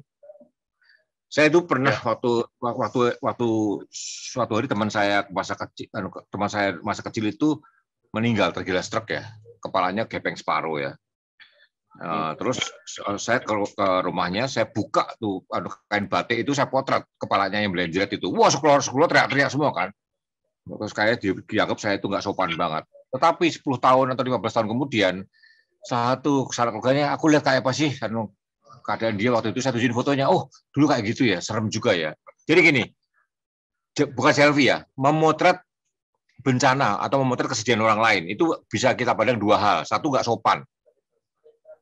Di Jerman itu kalau ada kecelakaan Anda lewat ikut motret, Anda didenda ya.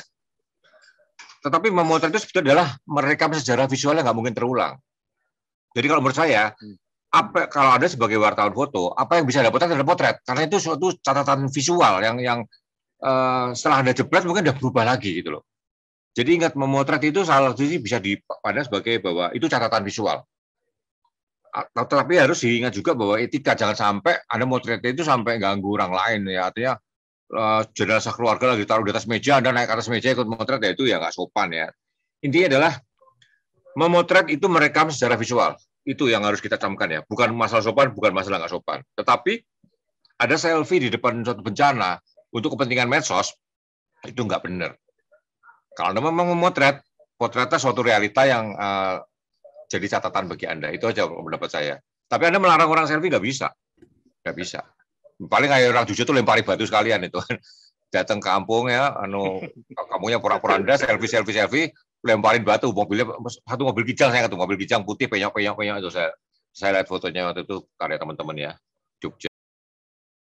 Kira-kira gitulah pendapat saya. Tapi ingat, kalau ada fotografer, apapun harus ada potret, karena itu Anda mencatat ya, bukan jangan mikir sopan nggak sopan. Apa yang bisa Anda potret? Anda potret. Seorang maling digebukin di pasar ya, Anda potret. Mungkin ternyata dia bukan maling, Anda bisa dapat visual siapa aja yang ikut gebukin misalkan seperti itu ya. Itu jadi catatan. Dulu waktu salah satu pejabat di Sumatera Utara digampar orang terus meninggal, akhirnya kelihatan siapa yang gampar kan, yang meninggal itu karena ketangkap dari foto wartawan itu.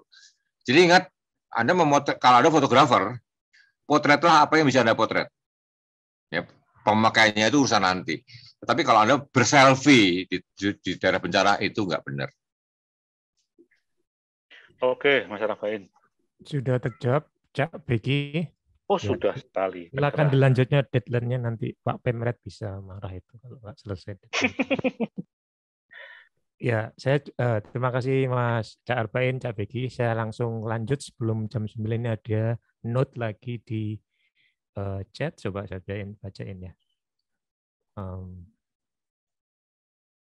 Oke, mohon izin, apakah saat bencana seperti Semeru, kita sebagai juru foto lepas, ini juru foto lepas ya, bukan staff freelance, punya kepentingan atau kewajiban mewartakan mulai foto sebagai berita yang harus kita tayangkan di media sosial ya. Oke, saya kira ini bisa terjawab langsung ya. Nggak ada yang mewajibkan kita untuk tayangkan di media sosial. Media sosial mutlak tanggung jawab masing-masing yang punya akun. Nggak perlu jawab saya kira, tapi ada lanjutannya. Apakah hanya yang berprofesi sebagai wartawan saja, atau apa kita berhak memberi informasi kepada masyarakat? Mohon maaf jika salah. Ini untuk kepentingan sosmed ya, saya kira sudah bisa terjawab secara logika umum, tapi teman-teman jurnalis bisa ikut jawab. Silakan, mau jawab nggak? Cak Beki atau teman-teman jurnalis yang di sini. Kalau freelance wajib nggak? Kalau saya boleh jawab ya nggak wajib. Siapa yang wajibkan untuk upload? Mungkin saya jawab dikit ya. Silakan. Memotret selalu boleh, tetapi menyiarkan itu harus ada saringannya. Kalau di Kompas itu saringannya itu di redaktur, lalu di redaktur Netpel, lalu di Pemret. Gitu. Kalau Anda bukan wartawan, Anda terus terang nggak punya saringan. Sebagian saringan itu di Anda sendiri. Apakah kalau saya siarkan ini bisa menimbulkan ini, itu harus Anda pikirkan. Itu harus yang pertimbangan yang tinggi. Ya. Misalkan contoh gini, seperti kata menyangkut rumah ibadah lah, ada hal satu menyangkut rumah ibadah. Itu kalau disiarkan implikasinya bisa luas banget. Sebelum Anda menyebarkan sebuah foto, ya kalau ada media resmi ada saringannya ya. Kalau sudah dimuat tanggung jawabnya bukan di Anda lagi, di Netpel, di Pemret ya tanggung jawabnya. Tapi kalau Anda di medsos Anda sendiri, tanggung jawab di Anda sendiri. Sebelum Anda siarkan, pikir dulu kemungkinannya apa aja yang buruk, apa yang bagus. Kecuali Anda memang berminat buruk ya. Jadi berita itu Anda lihat A, belum tentu A. Anda mungkin nggak tahu lebihnya kan. Jadi hati-hati kalau Anda menyiarkan berita sebagai personal ya, saringannya itu Anda sendiri ya. Enak aja nanti setelah ramai Anda delete itu nggak tanggung jawab banget. Intinya adalah coba Anda pikirkan dulu. Ini kalau ditangkap orang apa efeknya? Kira-kira itu aja. Anda belajar menyaring sendiri. Di koran-koran itu seleksi penerimaan wartawan itu salah satunya adalah kemampuan memahami realitas itu yang salah paling nggak di Kompas ya. Peristiwanya kayak gini, kesimpulannya apa itu ada tesnya. Kalau Anda menyimpulkan salah ya Anda mungkin nggak diterima karena tidak bisa menerjemahkan apa yang dilihat dengan benar. Ingat kalau medsos itu tanggung jawab Anda sendiri. Sebelum diposting, saring sebelum sharing gitu kan. Posternya pernah ada tuh, saring sebelum sharing, itu aja pendapat saya. Saya tambahin, Mo. Ya, silakan Mas Begi. Iya, benar Bang Arbain. Ini perlu didiskusikan, dibahas ya. Jadi memang benar Mas Arbain, antara medsos dengan media massa itu beda. Jadi kalau medsos itu proses penyaringan itu bahkan mulai dari si pemotret atau wartawan foto di lapangan. Disaring lagi oleh redaktur di koran. Nah, sebenarnya teman-teman yang di medsos itu sebenarnya tanya gimana sih caranya parameter untuk mewartakan ya atau mengunggah sebuah peristiwa dalam medsos. Sebenarnya gampang. Kalau teman-teman melihat di kode etik jurnalistik yang jumlahnya 11 itu sudah mengatur semua etika dalam kita berkegiatan jurnalistik. Jadi misal di situ di pasal 1 katakanlah bermartabat, tidak memihak, itu kan bisa diterapkan di foto.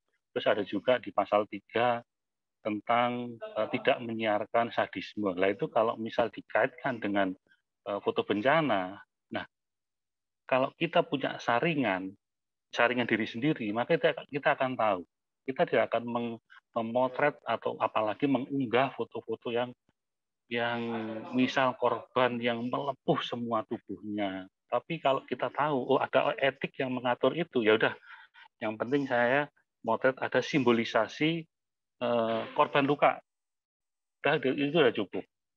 Terus juga di pasal 2 misal ada seorang wartawan melakukan kegiatan jurnalistik dengan profesional. Misal ya, menghormati hak privasi, menunjukkan identitasnya. Nah, menghormati hak privasi ini kan bagian dari kerja jurnalistik dan ini bisa mungkin ditiru teman-teman yang memang seringkali mengunggah peristiwa di medsos. Jadi menurut saya alangkah baiknya jika teman-teman yang memang seringkali mengunggah di medsos itu cobalah buka-buka di kode etik jurnalistik yang 11 pasal, udah pasti fotonya. Saya kira kalau itu tadi Mas Arbain bilang sharing sebelum sharing, sudah itu terjawab di situ. Saya kira itu Mas Mau. Thank you, Cak Beki Subeki, tambahannya. Ya, malam ini rasanya makin menajam ke soal ini ya, soal etika dan segala macam. Saya kira anak apa-apa tetap terkait sama irisan-irisan tentang liputan bencana. Ini ada catatan yang mungkin bisa kita diskusikan. Saya nggak tahu ini tanggung jawab siapa. Dari Cak Ferdi, saya manggilnya Cak, meskipun dia orang Medan, fotografer senior, fotojurnalis di Medan. Cak Ferdi mencatat bahwa kejadian erupsi Gunung Mahameru adalah bagian dari atau rentetan erupsi gunung di Indonesia. Seperti kita tahu ya, di Sumut ada Sinabung yang erupsinya cukup panjang. Bisa enggak forum ini para fotografer liputan. Nah, tadi sedikit dibahas soal manajemen liputan bencana oleh Becky Japos. Mungkin yang lain bisa nambahin, saya nggak tahu. Ini bukan ya, ini mungkin tidak harus dijawab malam ini. Ini mungkin PR bareng para jurnalis dan pemilik media untuk bagaimana caranya ini bisa jadi pedoman umum yang bisa dipakai oleh calon-calon jurnalis muda atau jurnalis yang saat ini sedang bekerja. Terusan, oke, ya ini mungkin semacam buku putih untuk pedoman liputan. Saya pernah baca itu, tapi bukan khusus bencana ya. Ada yang nerbitin mana mewawancarai orang yang bencana, orang yang mengalami kesedihan, ini yang data center bisa diakses di DART Center, di websitenya ada itu. Bagaimana wawancarai anak-anak di bencana, itu semua ada di situ. Tapi memang kita belum punya, masih sifatnya yang Mas Beki tadi kasih info ya, diatur di kode etik jurnalistik meskipun belum detail ya, belum merujuk kepada situasi yang detail. Dan masyarakat belum banyak tahu soal itu. Ya, apalagi ini memotret dan mewartakan persoalan berbeda dari tambahan dari Mas Toto. Ya, mungkin ada lagi teman-teman yang mau nambahin. Kalau nggak ada, ini sudah jam 50.52. Cak Andi, kita kuotanya sampai jam berapa ini? Jam 9 ya. Jam 9 ya, berarti kurang 8 menit ke depan. Kalau ada yang mau nambahin informasi, mungkin Bang Ferdi bisa di open mic ya. Siapa? Bang Ferdi Siregar. Ferdi. Ya. Ya, silakan Cak Ferdi kalau mau nambah ya. Orang Medan, Cak, ayo Cak. Silakan, ini kita tunggu di Surabaya ini. Cak Ferdi, masih ada atau sudah? Masih ada, Bang Ferdi. Mungkin mau nambahin? Ya. Oh, ya. Open cam dong. Oh. Takut kalau kelihatan ganteng ya. Oke. Kabari. Kabari api. Lanjut ya. Cak. Ya, lanjut. Nah, mungkin sedikit inilah ya, sumbang saran ya. Jadi belajar dari erupsi Sinabung yang cukup panjang hingga ada 2 jurnalis yang meninggal pas peliputan di erupsi Sinabung. Saya belajar di sini bahwasannya kita perlu satu garis merah ya untuk pewarta foto, khusus untuk pewarta foto ya, bukan citizen jurnalis dulu ya, karena kondisi-kondisi seperti ini memang riskan sekali ya, bencanaan seperti yang tentang masyarakat yang tidak menerima tentang foto. Sebenarnya efek dari foto kita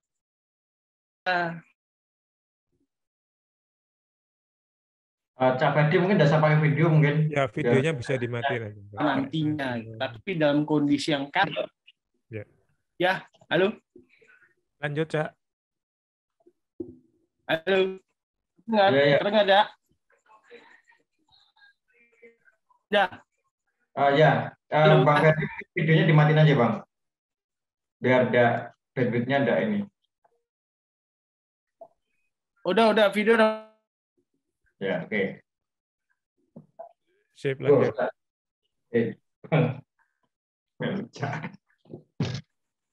Belum bisa ya? Halo. Cak Ferdi. Ya, terus lanjut. Aja. Jadi intinya adalah negara kita yang dikelilingi ring of fire ini kayaknya melalui forum ini kita sama-sama membuat saat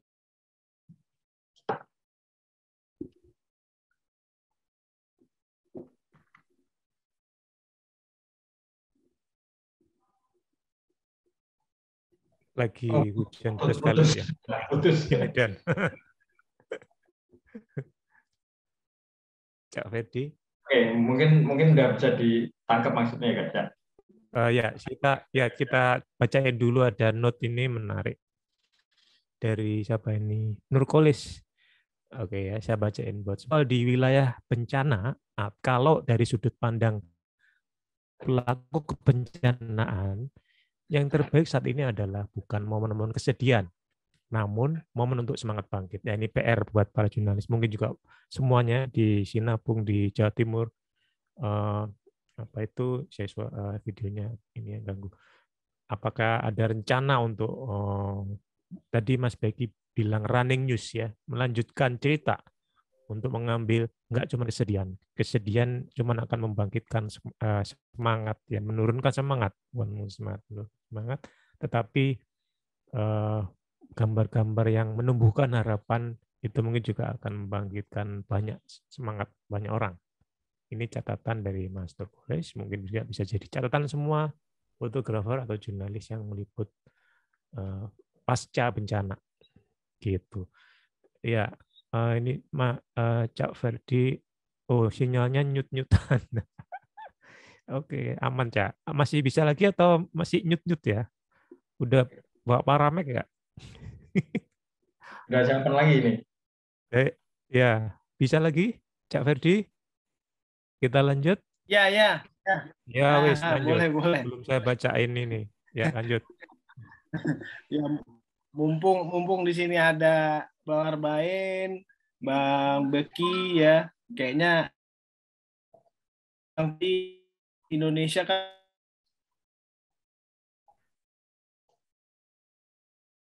mungkin dalam setiap tahun dipastikan ada yang erupsi. Kayaknya kita yang dari Puarta Foto bisa membuat merah lah, aturan-aturan yang sedikit menjadi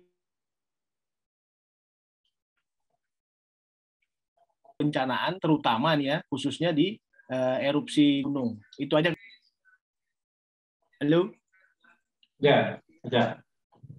Lanjut, Cak. Udah kayaknya, Cak kamu. Sudah putus kayaknya lagi ya? Ya, maksudnya sudah. Sampaikan sudah. Udah. Gak apa-apa, Cak. Yang penting perjuangan terus. Kayak cinta, putus nyambung, perjuangkan. Oke, lanjut. Loh, lanjut ini maksudnya gimana? Sampai apa kita yang lanjut? Udah. Ini masih putus udah. Ya. Intinya. Oke, ya nanti kita lanjut di forum yang lainnya. Kali teman-teman di Sumatera mau bikin forum yang serupa, menarik juga itu. Karena kita juga waktunya dibatasin kurang 2 menit lagi. Ya, sebelum menutup ini, sebelum saya kembalikan ke teman-teman di Majalah Mata, Cak Andi, ini ada catatan, saya bacain ya. Ini nggak perlu dijawab kayaknya. Ini ada tulisan dari Anom ya, reaksi warga terhadap citizen jurnalis. Ini citizen ya. Saya nggak tahu beneran citizen atau citizen-citizenan. Sebetulnya warga sudah punya intuisi untuk membedakan mana yang datang hanya untuk selfie atau yang benar-benar memberitakan. meski berstatus sebagai freelance. Kemarin banyak ngobrol dengan korban Semeru, mereka sensi dengan ibu-ibu yang datang dengan pakaian norak sambil nenteng HP. Nah, isu seperti ini perlu kita hindari supaya tidak semua yang bawa kamera digeneralisir sebagai orang yang ingin selfie. Oke, di lapangan situasinya bisa sangat kacau, kita sulit membedakan kamera.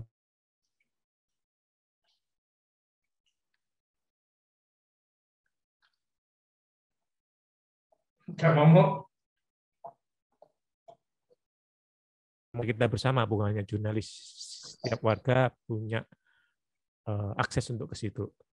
Saya kira itu, Andi, kita sudah pas di 21.00. Terima kasih untuk teman-teman PFI Surabaya, semangat, selamat atas pamerannya hari ini di Royal Plaza Surabaya. Sampai tanggal berapa ya, saya lupa. Mungkin 2-3 hari, saya nggak salah. Ada kata penutup dari Mas Suryanto sama Bang Arben. Kenapa? Ada apa closing statement atau kata penutup? Ya, saya serahkan ke teman-teman pembicara kalau ada closing statement.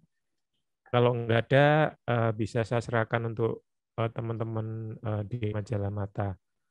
Terima kasih atas kehadirannya semua teman-teman. Semoga bermanfaat buat kita semua. Dan selamat menikmati malam ini. Saya kembalikan ke Cak Andi. Terima kasih. Oke, mungkin sebelum saya tutup dari Bang Arben atau Mas Suryanto ada yang mau ditambahin? Terima kasih, menarik ya. Jadi Mata, kita kadang bawakan tipenya jurnalistik seperti ini, rata, ada yang untuk akademisi, ada yang jurnalistik, dan ada yang fotografi umum. Malam ini saya menarik sekali, saya merasa ini suatu forum yang bagus. Terima kasih. Terima kasih. Mas Suryanto, ada yang mau ditambahin lagi sebelum kita tutup? Kayaknya sudah, Mas. Maksudnya sudah, nggak ada lagi. Sudah. Terima kasih. Oke deh, ya. Oke deh. Terima kasih teman-teman semuanya. Terima kasih buat Bang Arben, Cak Mamo, dan Mas Suryanto, dan Mas Dipta tadi yang sudah mengundurkan diri. Terima kasih buat teman-teman semua, dan sukses buat PFI Surabaya untuk pamerannya ya. Mudah-mudahan dengan pameran ini bisa memberikan wawasan yang lebih luas lagi tentang apa tadi untuk foto jurnalis ya. Oke, dari kami dari Majalah Mata, terima kasih atas kehadiran teman-teman, dan sampai ketemu lagi di acara kami selanjutnya. Terima kasih. Wassalamualaikum warahmatullahi wabarakatuh. Waalaikumsalam warahmatullahi wabarakatuh. Waalaikumsalam. Yang mau ngobrol, monggo. Oh, marah semua. Oh. Mau.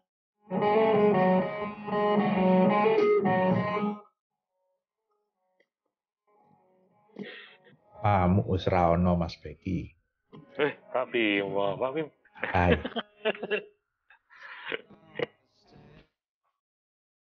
Pak Bim jadi ya? Jadi. Oke, siap. Izin mundur, Pak. Siap. Makasih redaksi Mata. Makasih Mas Andi. Hai Mas Andi. Pak Bim. Aspek. Ya. Sorry, Raiso hadir, Jonegoro. Oh. Mas Andi live dulu ya, thank you. Ya, makasih. Oke. Mas Andi izin live, makasih. Ya, makasih. Sampai lagi. Ya.